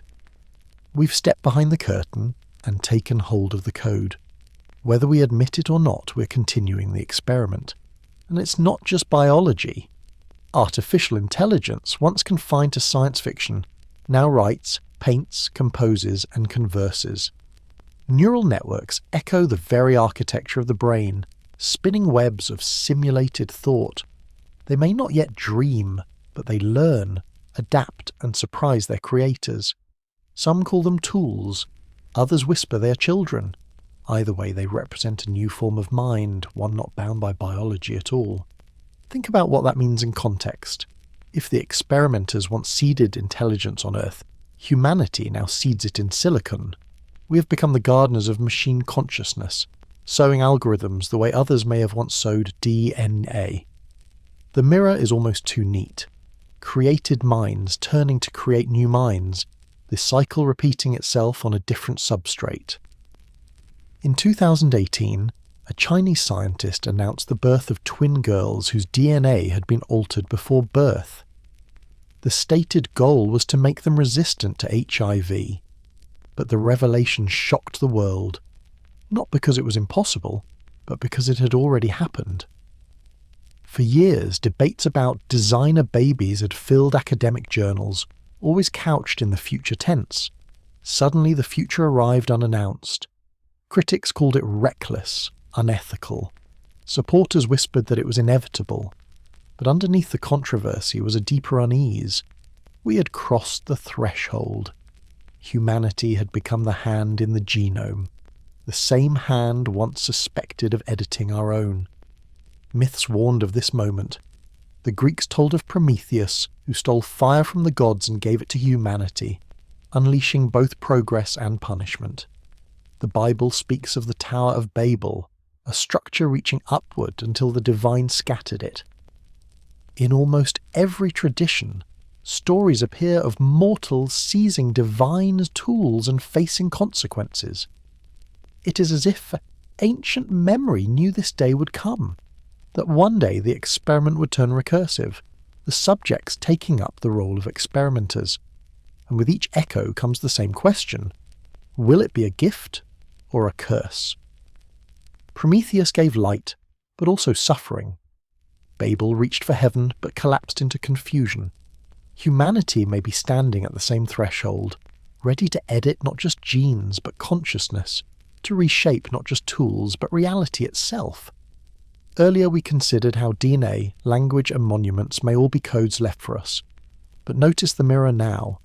We have begun leaving our own codes. In labs, genomes are rewritten. In servers, AIs grow. In orbit, satellites form a lattice of signals encasing the planet. The experimenters may not need to return to see progress. The mirror we've created already reflects them. We have become both the coded and the coders, both the observed and the observers. Where does that leave you? Living in a world where each headline feels like another boundary crossed. Artificial embryos grown outside wombs. Quantum computers solving problems no human can follow. AI agents talking to each other in languages we barely understand. The very abilities once attributed to gods creating life, shaping thought, bending reality, are slipping into human hands. You're no longer just a participant in an experiment. You're part of the generation that begins to run it. And that raises the most unnerving question of all. If the experimenters return, what will they see? Will they recognize us as pupils who learned their lessons well, or as rivals who dared to replicate their tools? The story that began with clay and breath may now be entering its final chapter. The laboratory doors are no longer locked. We're inside them, rewriting ourselves, building minds beside us, scattering signals into the sky. Perhaps that was the purpose all along, not just to shape us, but to see if we could become them.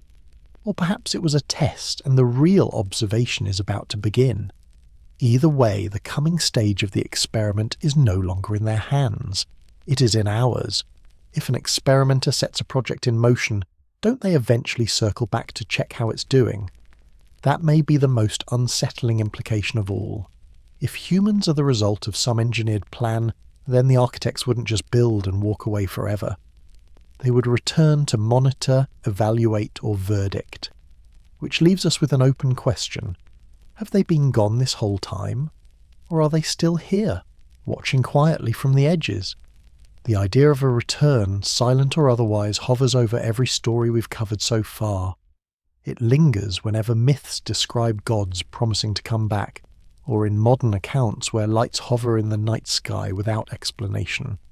The pattern suggests less of a farewell and more of a continued presence, a visitation that never truly ended.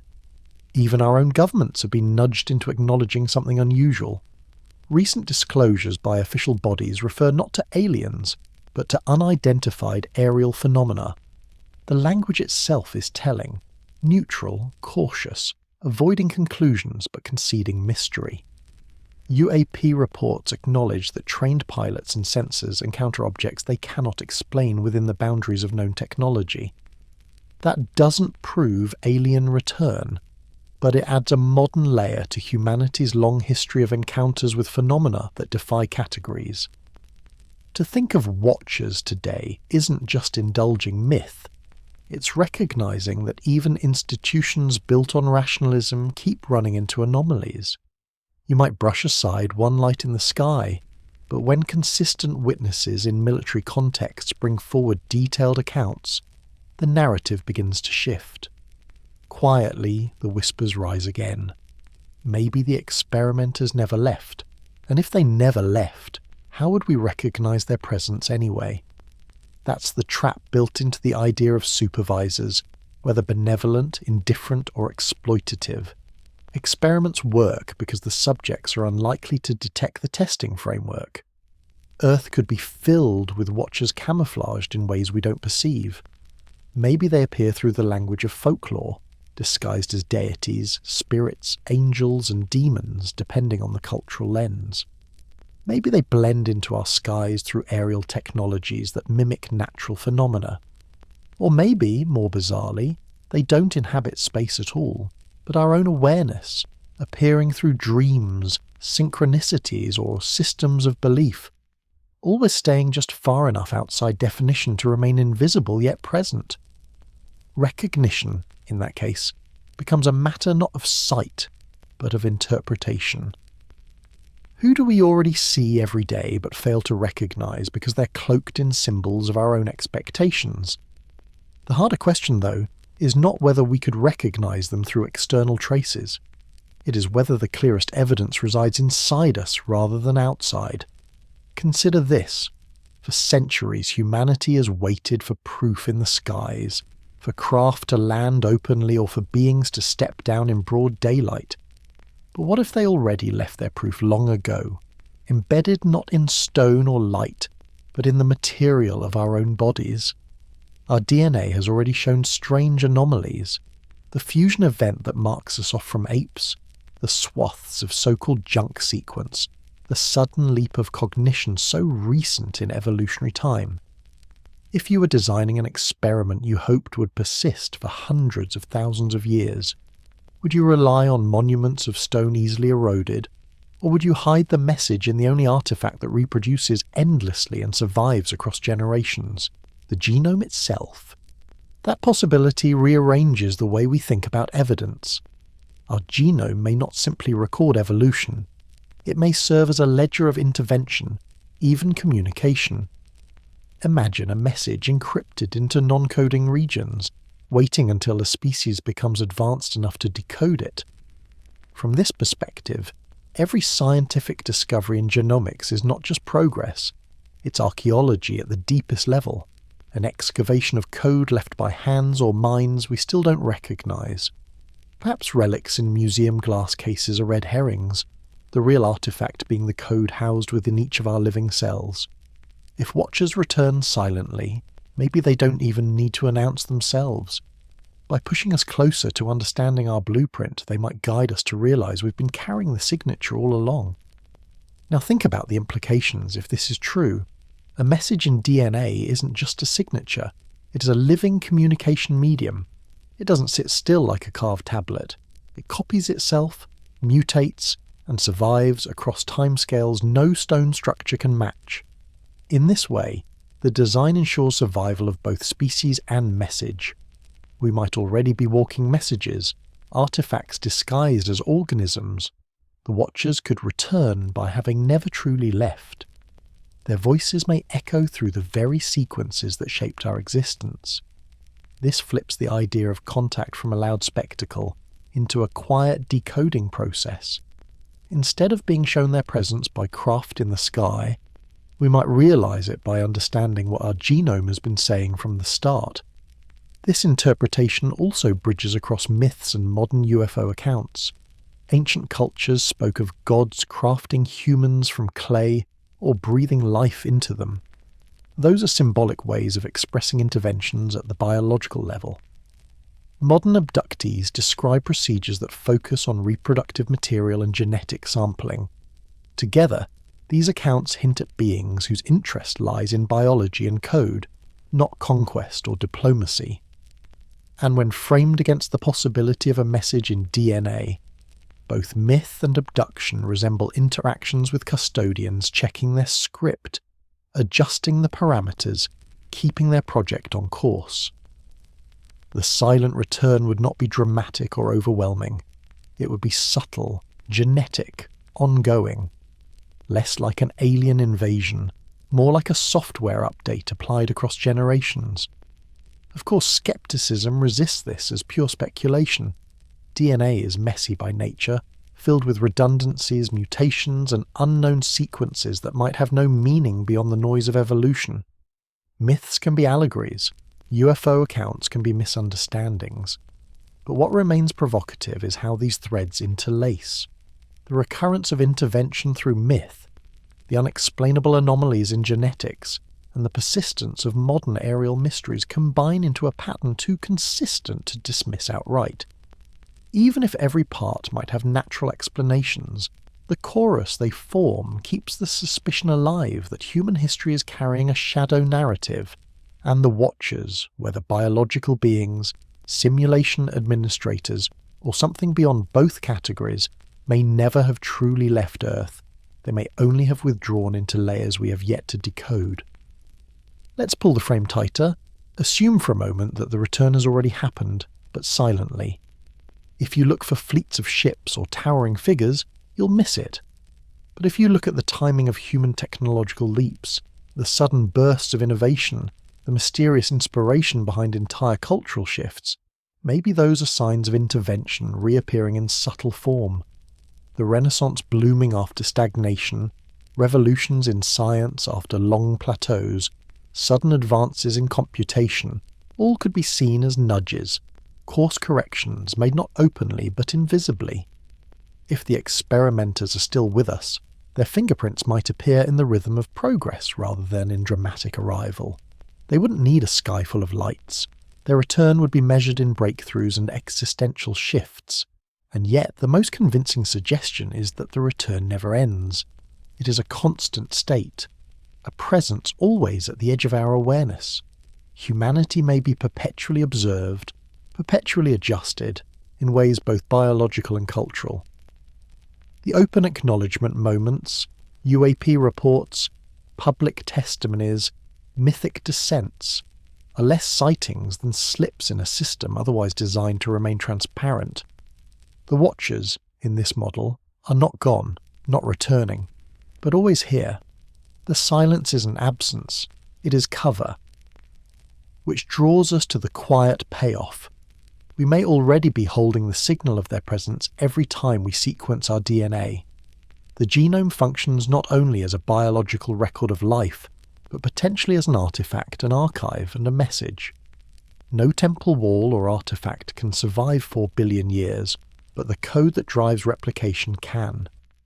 That endurance alone makes it the most powerful inscription medium imaginable. If you wanted to write a message into the experiment itself, the genome would be your tablet, and we're only just beginning to read it. What seems like useless noise may, in time, reveal instruction, design, or even dialogue. So whether alien engineers return in physical form or step through digital layers of simulation, the story of their presence doesn't rest solely in sightings or monuments. It may rest within us, inside every divided cell, in sequences still misunderstood, in the seams of our very being. This silent return may not be an event waiting in the future, but a discovery unfolding in real time. Each scientific advance pushes us closer to recognizing the signature etched into us from the start. And that recognition, engineered, accidental or simulated, points not backward into superstition, but forward toward a horizon of meaning larger than any one species can fully comprehend. Which brings the dilemma into focus. Do we live in a world where creators left a message we still haven't finished decoding? Or are we gazing at noise, finding pattern and purpose where there is none? Either way, the gravity of the question remains. Because whether we are engineered participants or accidents of physics, the story doesn't end here. It points outward, to a horizon where purpose and watcher intertwine, waiting for us to step closer. Whether we trace our beginnings to accident, design, or some strange overlap of both, the effect is the same. We're reminded to meet our own story with humility and wonder. Maybe we are natural creatures shaped by chance, or maybe we are participants in something larger than ourselves. Either way, we stand here asking the questions. So share your thoughts below. What do you believe? Were we planted, programmed, or simply lucky? And here's the quietest question of all. If the experimenters are still out there, are they waiting for us to notice them? Or waiting to decide what happens next?